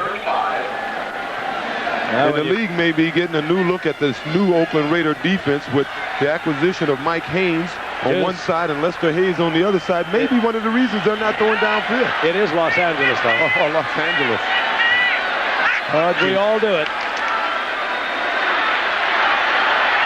Fouts. Just as Barrett was tough to strike. Interception of the season. And he gets it back into Charger territory at the 48-yard line. Well, they're...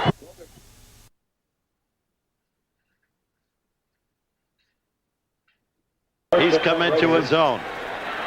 take a look at this. Mike Haynes. Mike Haynes covering him like a glove. He was in position where Chandler would have had to run through him. Fouts was thinking he was going to break across. McElroy was there. First down and 10. The Raiders, 47-yard line. Kenny King, Marcus Allen in there together as setbacks, and we would suspect we might see the Raiders work on their ground game. You just saw a receiver covered. So much for suspicions. Yes. Marcus Allen stepping out of bounds after a pickup of 7 yards near the 40-yard line of the Chargers. What are they doing? Saving There he clock? is. Talk about Marcus Allen. Yeah, I told you the story about his first training camp. He had a big fight with Marcus in camp on the football field, and he thought his career was over. Here he is fighting, having a big punch out with the Heisman Trophy winner. Well, he's still there. McElroy with 7 interceptions. Danny Walters, the rookie from Arkansas for San Diego, he got 1 in the first half. He also has 7, tied to the AFC lead. Allen trips, trying to break it outside. Flag is down. If I was the Raiders, I wouldn't line up in I formation at all tonight. The way these guys are blitzing, they got it. They just have it peaked. Raiders backing their huddle position up, so we assume this will work against them. Marcus Allen had a big college game here. He won the city championship on this field. He threw 2 touchdowns. He ran for 2 touchdowns, and he intercepted a pass for a touchdown. Number 50, offense, still second down. That's Kenny King that's being treated. And it was Dave Dalby, the center, who's having a fine year with the Raiders, who was guilty of the holding. While we have a moment, we want to remind you once again, 3:30 Eastern Time this Saturday, that he wasn't worried about Shelby Jordan getting ready to play right away. He wouldn't hand the ball to Marcus Allen. Marcus complained earlier in the year about not getting the ball enough.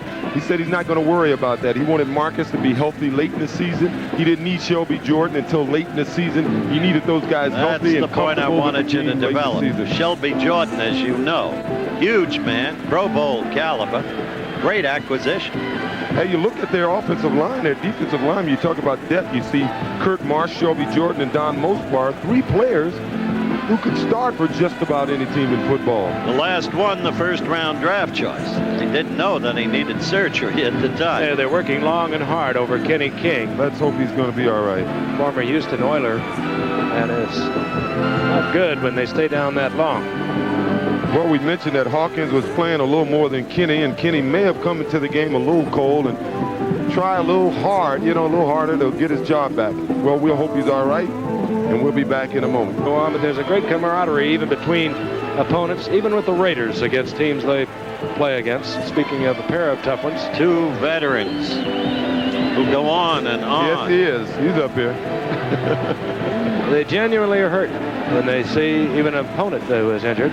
And they are going to bring out a stretcher for Kenny King. We'll get a full report as quickly as we can. Just hate to see this. And while we wait for Kenny King to be taken from the field, talked about NCAA college football here Saturday. He's been a great ball player. By the Oilers, and they, of course, with Earl Campbell only used him 3 times as a rookie. He came in to the Raiders. They went right to work with him, and he had over 700 yards rushing with him. Let's take a look at it again. We don't know whether we can pick it up for you or not. He's 33, the up back in the I formation. We'll take a look and see if perhaps we can pick up what happened. He moves into a blocking position. Marcus tried to break it back outside. Not there. It could be right here. Yeah, he looked like he may have gotten his neck. Head right into the chest of Billy Ray Smith, I believe. He's gone. Yeah, right there. He's got his head looked like he got a jam, the neck jam. Now he wears the neck brace because he's had some shoulder problem, pitch nerve in his neck problem, and it looked as if he may have gotten his neck jammed on that. Well, again, we will not speculate till we get the full word. Sometimes you can get hit on the top of the head, and it makes everything tingle, everything go numb, and you just hope that it doesn't have a lasting effect. But there is a quiet that is spread throughout this entire stadium. And a very concerned Tom Flores. Well, San Diego tonight, and we'll be in Detroit on Monday. The Lions and the Minnesota Vikings. The orthopedic surgeon who works for the Raiders in that capacity is a truly exceptional doctor in his field. One of the very best in the country. Look at it again. Kenny King, the up back, steps in and he runs into, it wasn't Billy Ray Smith, it was Mike Green, number 58. And he catches him just head on with his helmet right on the shoulder. That obviously jammed his neck because he immediately went right to the ground. And of course, Marcus Allen being dropped for a loss on the play. Yeah, there's an old thing about football for all the kids out there. You never block with your head down. Never put that helmet in there. It's the shoulder game. Put your hands up or you put that face mask in there, but never duck your head. And the Charger fans, many of them on their feet, applauding as Kenny King leaves the field. Again, we will get a report on his condition just as quickly as we can.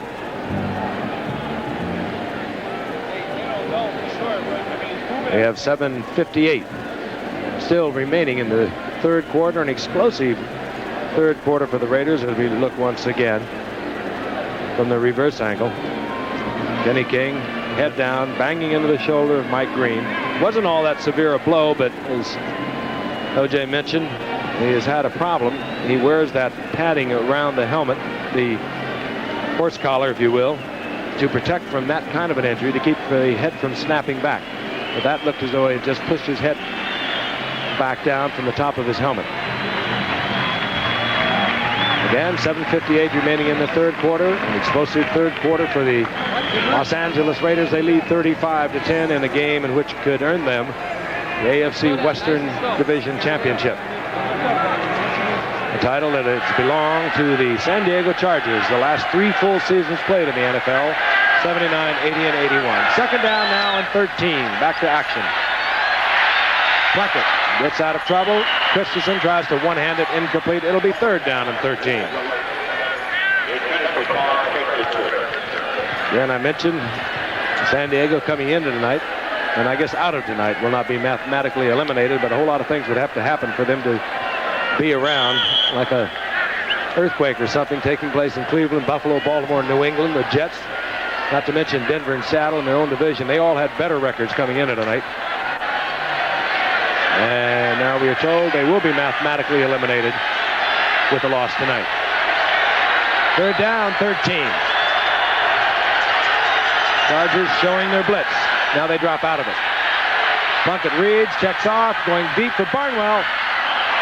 Over his outstretched fingertips. Reuben Johnson, brother Reuben Henderson with good defensive position. Barnwell, third-year man out of Virginia Union. Still a little raw, but boy, he has a blazing speed that really frightens defensive backs. Yeah, I think they're really trying to groom him to move him on the other side whenever Cliff Branch slows down, which may be never the way he's going, because they have a guy playing behind Barnwell named Dookie Williams, and I think everybody in the organization feels that he's going to be their Fred Bilentikov for the future. James Brooks at the 10-yard line. Great guy on to punt for the Raiders. Chargers have not been out of the hole here in the third quarter. Chargers looking for the block. They almost got it. The Ray guy gets off another kick that carries out of bounds, and it should be inside the 20. Well, now they've marked it right at the 19-yard line. The Raiders out of there. Chargers first down and 10. 31-yard effort by Ray Guy. Then this is Ray Guy's wife, Beverly, who we showed you earlier. She liked it. She thought it perhaps was in a little closer than it actually was. It's out of bounds at the 19-yard line. Dan Fouts remains the quarterback. And the Chargers had lost a lot of the steam and momentum they came onto the field with at the outset of this game. It's the Seavers. The Seavers tripped up. McElroy trips up Seavers, but he gets a first down at the 43-yard line. Seavers might be playing a lot of tight end for a lot of teams if it wasn't for Kellen Winslow. And the Chargers, in their offensive scheme of things, have utilized him as a double tight end, much as Washington uses their 2 tight end system as a blocker and an occasional receiver. And his 27th reception of the season. First down, Chargers. They finally have Fouts out where he can breathe a little more freely. Fouts checking off receivers. All of them covered. Mike Davis this time. Good coverage on Kellen Winslow, and Davis has done a good job on Winslow tonight. I think their whole secondary, when you forget about the first quarter when they were getting beat pretty soundly, ever since then, the Raiders secondary has done an excellent job on the wide receivers of the Chargers. Don Coryell, he's had one losing season in 10 years of professional football, 5 with the Cardinals, 5 with San Diego, and 16 years at Whittier and San Diego State. He's had one losing season. He's facing another one this year. Brooks opening on the right side, and Brooks gets about 6 yards out to the 48-yard line. That losing season for Don Coryell back in 1973 when he took over the Cardinals. And he turned that around the following year as he won a couple of division titles with the Cardinals. Was out of action in 77 and joined the Chargers as their head coach in 78. And now the Chargers going without any backs. Not a bad time to go with the full blitz. But keep in mind, they're putting 5 receivers into the pattern. They still get to Fouts as he tries to get the ball to Chandler. He was covered nicely by Lester Hayes, and Fouts pays the price of putting everyone in the pattern. It was Howie Long again, who's giving Andy Gissinger quite a night over on the right side of San Diego. 4th down, and the Chargers looking at 4th down and 4. Start to bring the punting unit on, and now Fouts is told to go back in. Oh, he's coming out again. Now they bring him out, and we have Maury Buford on. 6:09 remaining in the 3rd quarter. Well, maybe they'll try a fake punt. There's Greg Pruitt. Had a couple of nice returns to get the Raiders in good field position this evening. Yep. That was one of the most ill-conceived fake punts one ever designed. Buford, it was batted away. Lester Hayes was in on the pass rush, and I think the Raiders were thinking fake punt all the way. Oh, Lester made a good play. He went up there not to block it. He went up there to try to catch it, and he almost did. Watch him on the left of your screen. He plays it perfectly. Watch him. He's going up to catch it. Oh! Batted away, and the Raiders have the football. 1st down at San Diego's 49-yard line. Dokie Williams, a rookie from UCLA, wide receiver now. Split to the right for the Raiders. That's Cliff Brandt, top of your screen. Marcus Allen will work a little bit. Gets 6 yards down to the 43-yard line. We'll bring up 2nd down and 4. Billy Ray Smith defensively there for this young Charger defensive team. Lester Hayes, what a career he's had. Certainly one of the best, and they may have the best 2 corners in the game. Well, it's a man named Walls down in Dallas that would contend. 32 interceptions for Hayes, who came up not that long ago as we watched Frank Hawkins.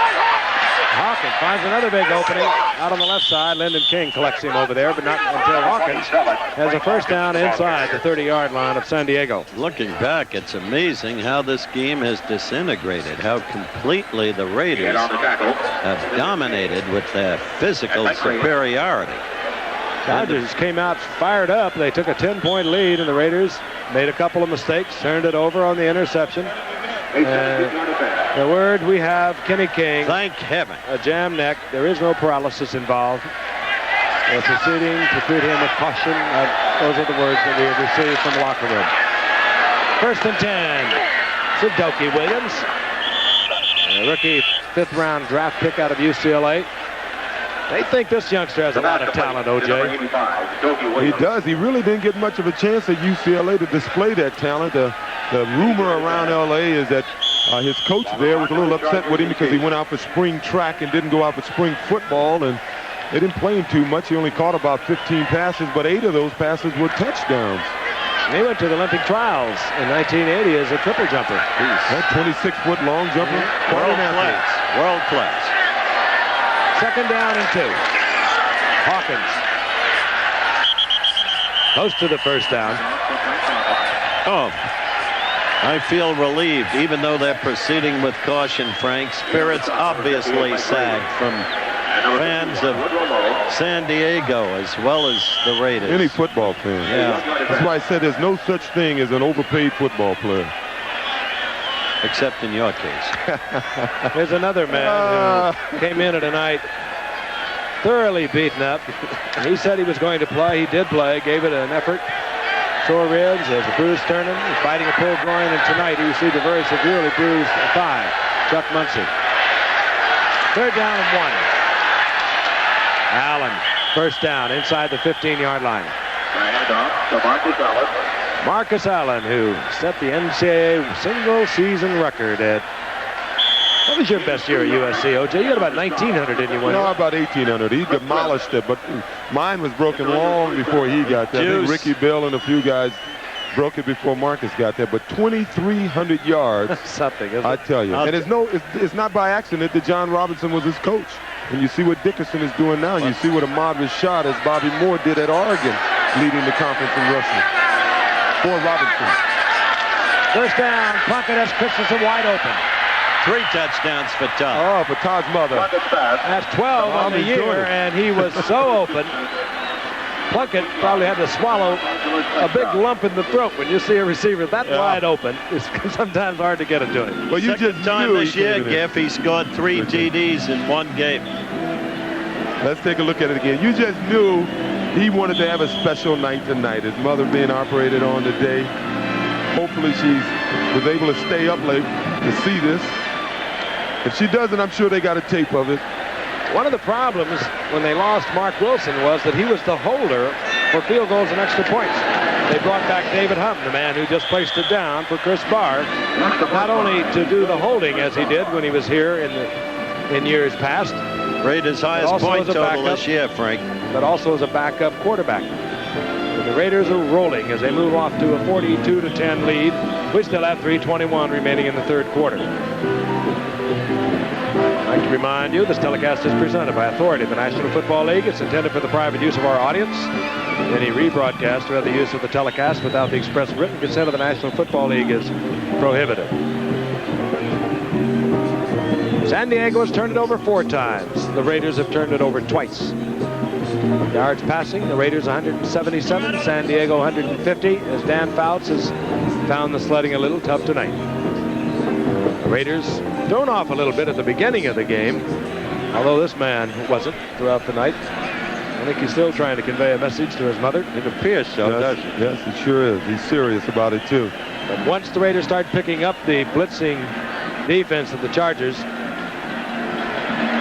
something went out of the Chargers, not only defensively, but offensively. Barr hits it. And this will be Rick Burns and the former, or rather, Jim Jodat. And Jim Jodat bobbles it into the end zone and sits on it. Ed Luther comes on a quarterback now for the Chargers. Sensible move. You don't risk a property like Dan Fouts in a situation like this. And Dan Fouts went down in the 6th game of the season. There's Ed Luther, a former 4th-round pick in 1980 out of San Jose State, who came on to start 5 games. His numbers, 52% during that period of time, 5 touchdowns and 15 interceptions. Prior to that time, in 3 years with the Chargers, it only had 22 attempts. So he basically was a rookie when he took over from Dan Fouts earlier in the year. Joyner will have a first down at the 45-yard line. And that was a beautifully thrown pass. He really did a good job there. I marvel at Charlie Joyner. He never quits, no matter what the score. He runs his routes. Yeah, no, he's closing in on 600 receptions, this man, now in his 15th season. And the way he's going, I'm sure he's going to end his career with the record. Doesn't look like he's slowing down at all. Got a little penalty there. I recall a few years ball, blow to the head, 37, defense, first down. Lester Hayes, he gets one every game, it seems. I recall a few years ago when Bill Washburn first came to the 49ers, he tried to make a trade for Charlie Joyner. They were good friends. Charlie felt his injury, had a knee injury, was too severe and that he wouldn't be able to be effective for the 49ers. And Luther, and he'll go down. Pressure again, Howie Long. 3 sacks tonight for Howie Long. And Luther Bill looks hurt. Pickell will get perhaps an assist on that. A pair of rookies. Luther's hand is hurt, trying to shake it off. You saw a graphic a moment ago that shows you what Charlie Joyner has been in this league. The 4th all-time receiver. And when you talk about Charlie Joyner to Dan Fouts, his face lights up. And you can see how Dan Fouts feels about Joyner. 59 receptions on the year for the 15-year veteran. 10 shy now of 600 for the career. Second down and a bundle. 25 for Ed Luther. Luther hangs one up. Fair catch called for, made by McElroy, but out of bounds. He'll get kidded a little bit on the films for that. He'll be doing sideline tiptoe drills for a week. Yeah, Bill Walsh said Charlie Joyner was the finest pattern runner he'd ever seen. I believe that. He's got one guy buying for that. He has a kid up there, Dwight Clark, who, before he's through, may force Bill to make a reassessment. Frank knows I was with Don Klosterman when he drafted him in the 2nd round for Houston, and they laughed at Klosterman, but he knew what he was getting. Saw Don night before last in New York. One of the great football minds. Out of the game now. 3rd down and 25, which is kind of sad. Well, maybe we can go back to Houston. Certainly couldn't hurt them. 5 Raiders were hovering around Wes Chandler. Lester Hayes deflecting it.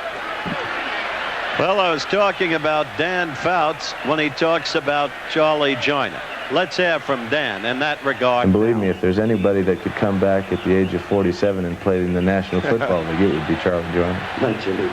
I doubt it.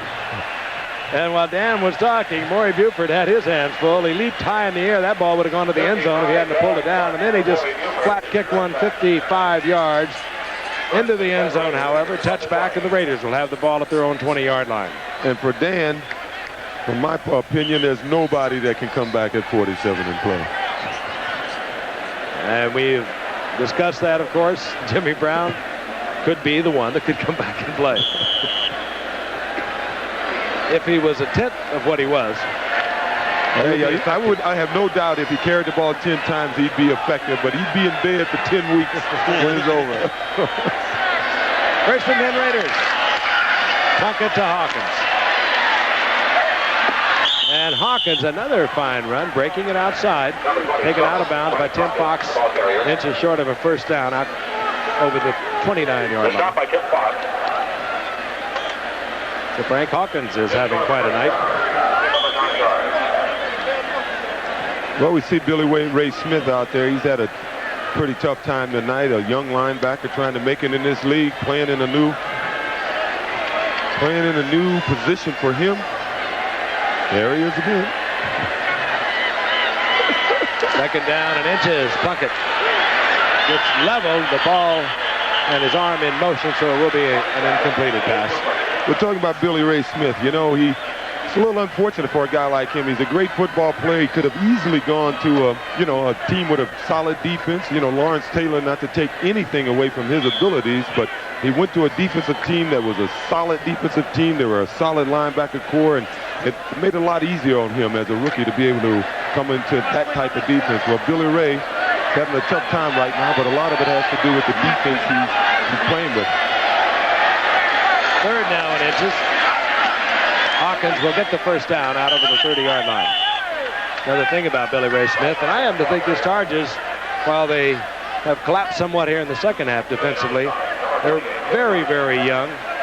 And with the likes of Billy Ray Smith, there he is, and Mike Green, the other inside linebacker, I think they've got a future, and that's all they've needed over the past few years. And one of the problems for Billy Ray was that he was a stand-up defensive end at Arkansas, being utilized now as an inside linebacker, and that is a definite change. Yeah, but like Matt Millen, he made an adjustment, but he came into a solid defensive unit. It's a lot easier. You're right. You got those players around you. Oh, there's no question. But I think this defense is building. They've been building for about 5 years now. Marcus Allen and almost gets to the outside, taken down from behind. Tim Fox.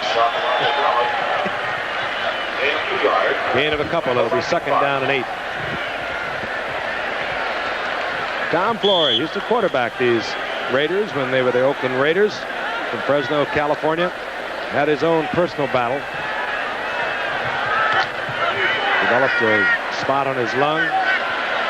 Out of the competition for a year and came back to perform well as a quarterback. Was an assistant for many years. And he took over in 1979 from John Matt. We have a second down and 8 for Plunkett. He is taken first there by Gary Johnson. And then Gary Johnson gets help from Rick Ackerman. The sack is inside the 20. Jim knew it was coming. He heard those steps. Like to see those charges working. Those charges are still working. It's a young defensive unit, and they will get better. Sometimes, you know, you need that old pro. You know, I think they're going to have to make a trade. They're going to have to bring in an old, established pro, a guy like a Lyle Alzado, the way the Raiders brought him in, to sort of settle this team down and show them how it's done. I don't know if they have that individual on their defense now, on their roster for that matter. Third down, 18. Raiders keep it on the ground. Marcus Allen left side. And that'll be the final play of the third quarter. Raiders on top 42-10, and we'll be back for the fourth quarter action. Hope you're enjoying. And we certainly know the Raider fans are enjoying tonight. They have clinched the Western Division of the AFC. They right now have Ray Guy on to punt as we begin the fourth quarter. Brooks is dropped deep for the San Diego Chargers. And Ray Guy off the side of his foot, but he gets a Ray Guy bounce and continues to bobble along the ground down close to the 25-yard line. So, artistically, not a success, but a 50-yard effort by Ray Guy. Stats beginning to be dominated now by the... Way to see this. We go from halftime to the third quarter. 271 total yards to 213. Striking with startling suddenness, scoring 35 points in 8 minutes and 17 seconds of play. The Raiders took over this game. Total domination. The Raiders right on their timetable. The last 4 games, they've only allowed an average of 67 yards rushing. As we see Severs take it over the middle. And thus far, the Chargers have managed to negotiate only 62 on the ground. Well, it's not a heck of a lot of offense for the Raiders for 42 points, but as always, they've been opportunistic. They strike for the long bomb. There's a man who's looking at only his second losing season in 26 years as a head coach. They don't grind it out. There was a gain of 6. It'll be second down and 4. Ball at the 31-yard line. Severs in motion, and here comes Ed Luther. Goes back across field to screen to Winslow. The screen man didn't get in front of Winslow. There were a host of Raiders there, however, headed by Otis McKinney. The Raiders now in their prevent 5-man secondary defense most of the time.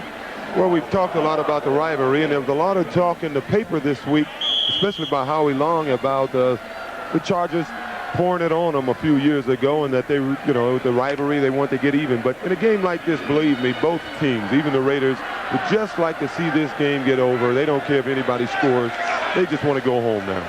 3rd and 2. This is Brooks, and Brooks turns back looking for first down, and he doesn't get it. He's hit by Greg Townsend. Crowd agrees with you, Juice. They're beginning to file out in large numbers. Great disappointment for San Diego fans tonight. There goes young Greg Townsend. One of those rookies that really has exploded into action for the Raiders. And what Juice said earlier about Lyle Alzado, he's been a great help to not only Bill Pickell, who ordinarily comes in on his side, but also to this youngster, Greg Townsend. Pruitt drops it once again. He's been busy tonight. I'll tell you another thing about the Raiders, even though they've had 2 turnovers tonight, they seem to be a team that has really come together in the last couple of weeks. Off the side of Buford's foot. Takes a bit of a Buford bounce inside the 35. Buford a little bit inconsistent tonight. The last one he hit, I think, was 57 yards. He luckily gets 33 out of this one. The Raiders good field position. They'll have it at their 34. They got him Nebraska 2 years from Baltimore, but he was with the Raiders 75 to 78. They really brought him back to hold the ball as much as anything else, but when Mark Wilson went down, they needed that backup quarterback and a holder. This is Rick Burns, former grade back at the University of Nebraska. That's his first attempt of the season. I'd give him a little work right now. With this game well in the bank, they brought him back as a backup quarterback. As you noted, he knows the system inside out. 79, I think he went up to Buffalo and backed up there to 80, and then he was with Baltimore 81 and 82. Out of action at all. They gave him a phone call. He wasn't even thinking about football. But when Mark Wilson went down, they found him, brought him back. He does know the system. Greg Pruitt is in there now, and Greg Pruitt, that's only his 21st attempt of the season. Earlier in the year, he was saying he'd like to get in on the offense a little more rather than just returning kicks. I mean, I've had an opportunity to watch him play, and he's running the ball as well as he's ever run. Okay. We're going to pause 5 seconds and allow our stations to identify themselves. Eyewitness News follows the game on WABC TV New York. Chargers exploded on top. They had 10 points, and the Raiders answered late in the first half with 2 quick touchdowns, take a 14 to 10 lead. They've exploded here in the second half, particularly the third quarter opening minutes. They lead 42 to 10. They have a first down and 10 near their own 45-yard line.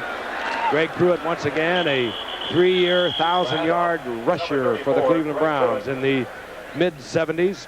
Hurt his knee in 1978, never really got back as Mike Pruitt began to take the rushing load for the Cleveland Browns. The Raiders had a chance to get him a year ago. They brought him back, eased him in as a punt returner, and had himself a, what was it, a 99-yarder? Yeah. At one point. 97. Might be a good 97 yards against Washington he went. Might be a good time to talk about the snow in Buffalo. Do you miss it? I miss the fans. Second down and 7, the Raiders. Pruitt again. And Pruitt hit at the line of scrimmage, squeaks a yard out of it. It'll be 3rd down and 6 for Plunkett, who remains the quarterback. Yeah, you remember a few weeks ago I was telling you about objectives. You know, we were in this situation quite often my earlier years in Buffalo, and is at this time of the game to keep the guys interested, you got to have those objectives saying, hey, well, here's what we want to do in the 4th quarter. Let's see if we can get 10 more first downs, or here's where we are on our game objectives, because at this point, that is the only way you can keep the guys interested in the game. Plunkett looks over the 3rd down and 6.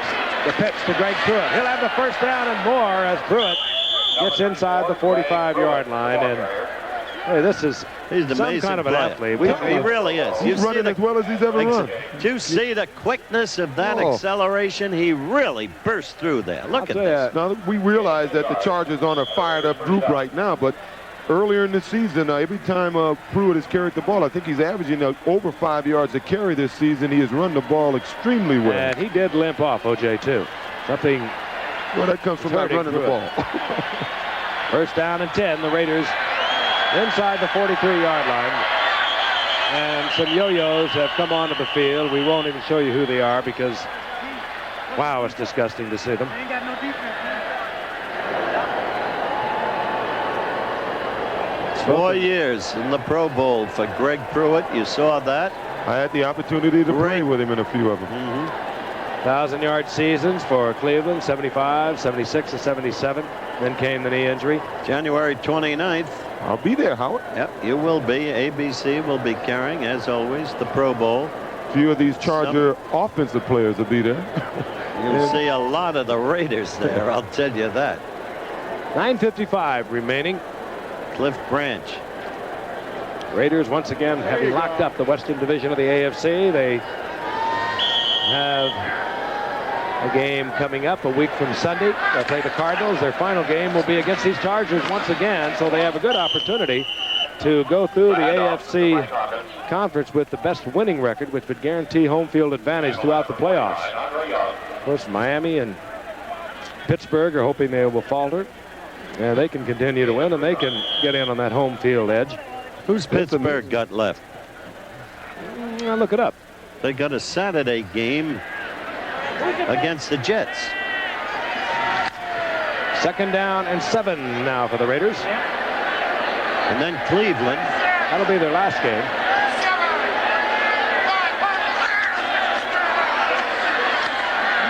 Rick Burns, Number 40. great Nebraska star. You know, this Raiders is an unusual team when you consider that they could win 13 games this year. And, you know, everyone put a lot of heat into this giveaway, takeaway. And it is a valid point. You know, most of the winning teams are the fumbles and receptions they get opposed to the ones they give away. And the Raiders are the only first-place team in football with a minus giveaway, takeaway. They're minus 11. For instance, the Washington Redskins, they're plus 35. Dallas is plus 14. Miami is plus 16. Burns again. Burns, of course, put in a couple of years with John McKay down in Tampa Bay. The Raiders picked him up as a free agent last year. He has not seen that much action. Okay. 4th down and 4. And we understand now that they have tried to reach Kenny King's wife to inform her that he appears to be okay. The medical staff of the Raiders have contacted us. He appears to be fine. He is moving his arms, his legs, and they would like to get in touch with her to let her know that he's okay. So if she is listening, you can relax, dear. Kenny's okay, and what a relief. We shared your concern. Here's Ray Guy on now with the punting unit. And, of course, the Raiders letting the time run down past the 30 seconds. Get a 5-yard penalty out of that one, and this time San Diego will take it. Raiders couldn't care less. David Humm, who hasn't played all that much in recent years. It's a good time to use him, Giff. He didn't play all that much when he was with the Raiders. 6 years, 130 attempts, 59 completions. Ray Guy. Chargers back him up 5. That just gives him a little better angle, I think, to kick with.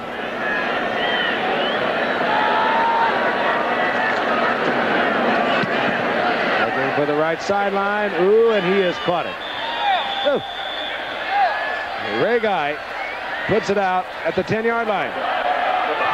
Good effort by Ray Guy. We have 7:42 remaining in the game. 32 yards officially Guy will be credited with. We'll be back. One of the dominant teams for the past couple of decades. Ernest Jackson now in, the rookie from Texas A&M. He's a setback as Ed Luther fires to Kellen Winslow. Kellen Winslow up to the 19-yard line. Winslow coming in tonight, 65 receptions, 5 touchdowns. Fourth in the AFC. Let me ask you something. You're of relatively recent vintage, despite the obviously advancing years.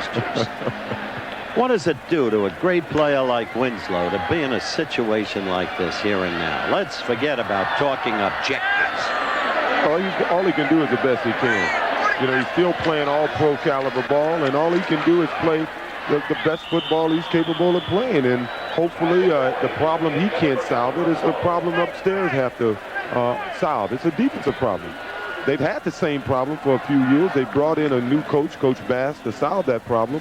I don't know if the young players can solve it. I think they have a lot of talent with their young players, but I'm a firm belief that they have to get an old pro in there to sort of show those kids which way to do it. One man won't do it. Mark's little brother.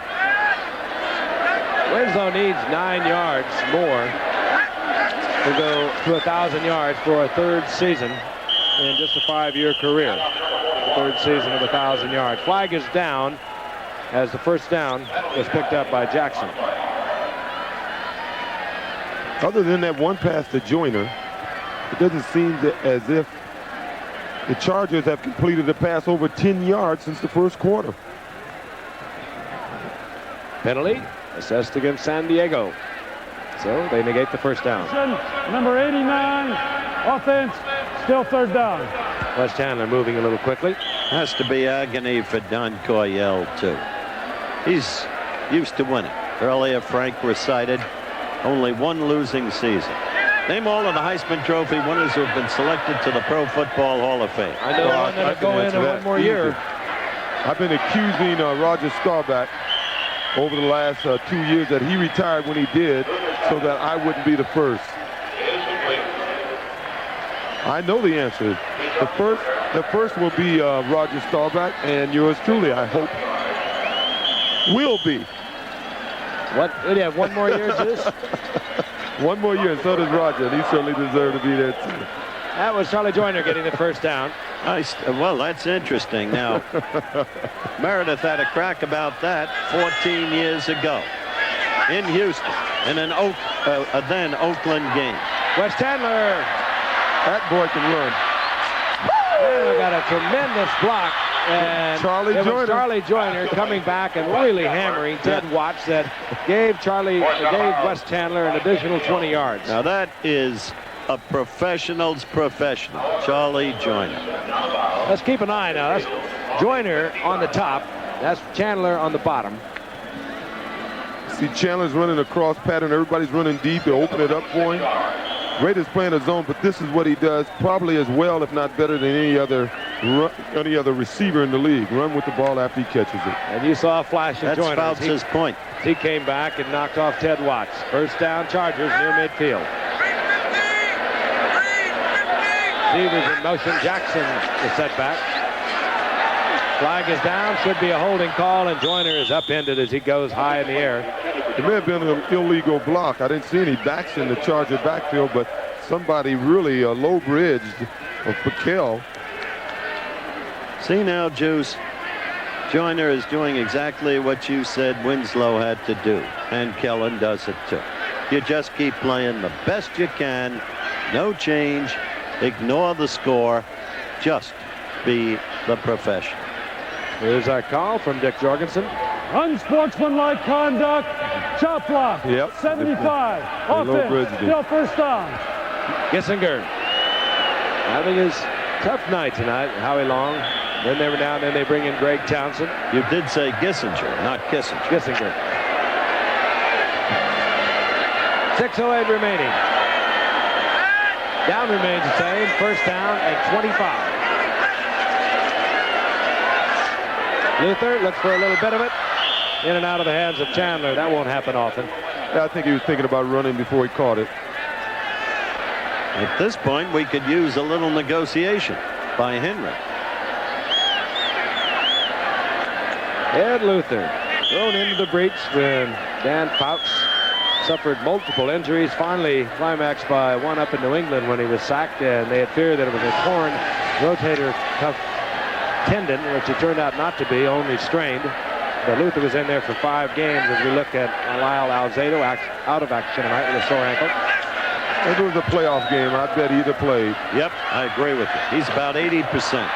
Jackson, and he is spilled as he gets out over the 40-yard line. It's one of the reasons you didn't see much of Ted Hendricks tonight. He started to keep the streak going. Probably would have played and continued to play if they needed him, but obviously they didn't need his services tonight. So, like Al Davis's plan was, they got enough depth that they can take care of some of the guys who are bumped, beat up a little bit, and get them ready for the playoffs. A lot of new folks in there for both teams. We have Darrell Byrd. He's another rookie for the Raiders. Comes in at linebacker, replacing Bob Nelson. Ted Hendricks getting himself a breather. Hello, big guy. Remarkable. 212 consecutive games, dating all the way back to '69. He's never missed one, Ted Hendricks. 3rd and long for Luther. He needs to pick up 15 for a first, and he'll get about half of it. To the 47-yard line, where it'll be 4th down. Squirick was there to make sure for the Raiders. So at this point in the season, we apparently have 4 outstanding teams, judging by what's happened thus far. Washington and Dallas and the Raiders and the Dolphins. Pittsburgh suddenly grown questionable because of the 2 recent defeats at the hands of the Vikes and the Lions. But 2 of those teams are more finesse than muscle. Muscle teams, the Redskins and the Raiders. Cowboys and the Dolphins, finesse teams. Do you agree, Juice? Oh, I agree. It's interesting that the Raiders have beaten both the Cowboys and Miami this year, even though they lost a game that they had well in hand late in the game against the Redskins. But Joe Theismann wouldn't hear of it. San Diego, of course, defeated Dallas. Is that interesting? First down, Raiders inside their own 10. O.J. Simpson keeping you late into the night as the Raiders have locked up the AFC West. They have the football back. And we have a new quarterback, David Hum. And this is Rick Burns over the right side, and Burns out for a first down yardage. And the word is now everything is negative in terms of x-rays for Kenny King. If you were with us earlier, he looked to be severely injured. They took him off on a stretcher, jammed neck, but each report that we get seems to be better and better. Thank heavens for that. Inevitably, you see a situation like that, you think of that very great player, Darryl Stingley, and the wonderful fight he's made. And I'll never forget the greatness of John Madden and the way he cared, and still does, about Darryl Stingley. Burns got a first down for the Raiders as they work it on the ground. This time a gain of about 4. That was Derek Jensen, a tight end, working out of the backfield for the Raiders. Get that head off. The Raiders do move folks around. They do it offensively, they do it defensively. They're one of the few teams that are consistently keeping 2 backs in. Most teams will go with 1 back. In the case of the Chargers, they often go with no backs at all on passing situations. Can't understand how they gave Gary Beeben the Heisman Trophy ahead of you in your junior year, Jim. Gary was every bit as important to his team as any player in the country that year. Second down and 4. And wow, Burns is really hammered on the right side. It's not what you told me that year. Hey, Frank, I asked Howard today if he can have any player in the NFL and every active player was 21 years old a day, which would be the player he'd choose to start his franchise? And what did he say? Ted Hendricks. I would have been hard-pressed between Bradshaw maybe, but I think I'd have taken Walter Payton. I think Walter Payton is probably as fine a football player there is playing today. I think I might go for defense. I think that's where you have to begin things. You know, Leroy Frank understands the game, Chief. Do you understand? 35, Rick Burns. Flag is down. And Fox moves up to make the stop. Meanwhile, who would be your player, Frank? Thinking about it. I might start with Dick Butkus. I'm active today. If I had a choice, I'd go with Dick, too. I can move you back to 21. No, you said at 21. Any active player in the game today. I think with Peyton, you don't need great receivers. You don't need a great offensive what I line. Saw Monday night, what I saw Monday night, it might be Marino. Oh, he put on a show. Certainly did. Holding, number 64, offense, decline. 4th down. You know what Shula Jordan, who's in the lineup for the Raiders. You know what Shula told me after the game up with Joe Robbie? We were together until the wee small hours talking about it. He said that he honestly believes he had always thought Joe Namath had the quickest release he had ever seen. But he thinks Marino's is even quicker. He said Joe brought it up at head level or sometimes even over the head. He said Dan brings it from here as I point to an area below the shoulder. He certainly looked great the other night. We saw him in preseason. He looked good. He's improving each week. Only time will say whether he'll qualify for that kind of combination. James Brooks. Little show for the fans that are remaining as Brooks gets to midfield. 19-yard return on the punt by Ray Guy. 2-minute warning to both benches as if they didn't know. They came in with high hopes. Chargers coming off a 31-7 victory over Denver. And the one game that Ed Luther was able to win in a 5-start span of time. This time in and out of the hands of Houlihan. Well, they fell apart. They had a 10-0 lead, and the Raiders exploded for 14. The end of the second quarter, they came back 21 points before you could blink an eye in the third quarter, and it was out of reach. And so it was a winning season, or the possibility of an 8-8 season for these Chargers. Timmy Fox, who gave it his all. He's embarrassed, though. Look at him. What a competitor he is. Second down, Luther. Gets away from one defender, gets the ball to Jackson. Jackson steps out of bounds, gets first down yardage inside the 40. Squirey taking him out of bounds there. Well, it's statistic time for those defensive linemen. You know, they get paid by sacks. When That was Greg Townsend who almost had another one. Yeah, it may have cost him about 5,000. 1:43 remaining. Again, a reminder, Monday night we'll be in Detroit. Detroit and Minnesota get it on as only they can in that Central Division of the NFC. That might turn out to be 50-10. I don't think it'll be that.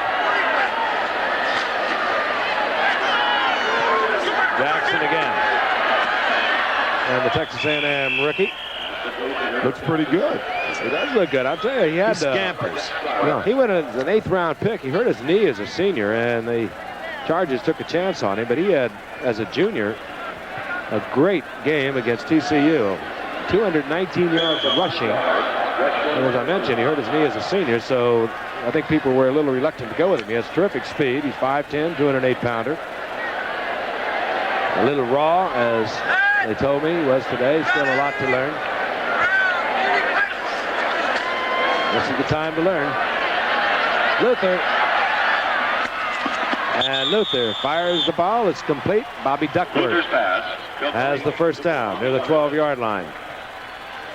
Chargers trying to make it look a little better in tomorrow's headlines. Well, Luther 42-10. Luther just trying to do the best job he knows how. On the Raiders, 12. Duckworth, who is averaging about 20-something yards a catch, isn't he? Yeah, he really is. He's 22-6, as a matter of fact, coming into tonight. good-looking young player. Another of their good-looking young players. He only had 13 receptions into tonight, but 4 touchdowns. Well, they're going to have to give up some of this offensive talent to get some defensive help. That's apparent. Oh, Townsend. The ball is loose. And they say no, that Luther was in the arms in the grass of Greg Townsend, who got the sack that he missed a few moments ago. Well, this Greg Townsend is quite a find for the Raiders. He's just having a field day over there now. Grew up in the California area, junior college. Not where he went to college, though. That was Gissinger once again, who Townsend is beating on the outside almost every play. Earlier, Howie Long was having the same success. Well, a Charger fan to the end. Jackson inside the 20. Someone is calling timeout. Would you believe San Diego is taking timeout? They have 2 remaining. They'd like to get some points on the scoreboard. That's one of the tiebreakers, you know. Had lost his job. And then, of course, Mark Wilson was injured 4 games ago. Plunkett is back, making another comeback. He could make it a double Cinderella story. He did it in 80, leading the Raiders to the Super Bowl. 3rd down, Ed Luther looking into the end zone, tried to get it to Joyner. Almost picked off in there. 23 seconds now remain.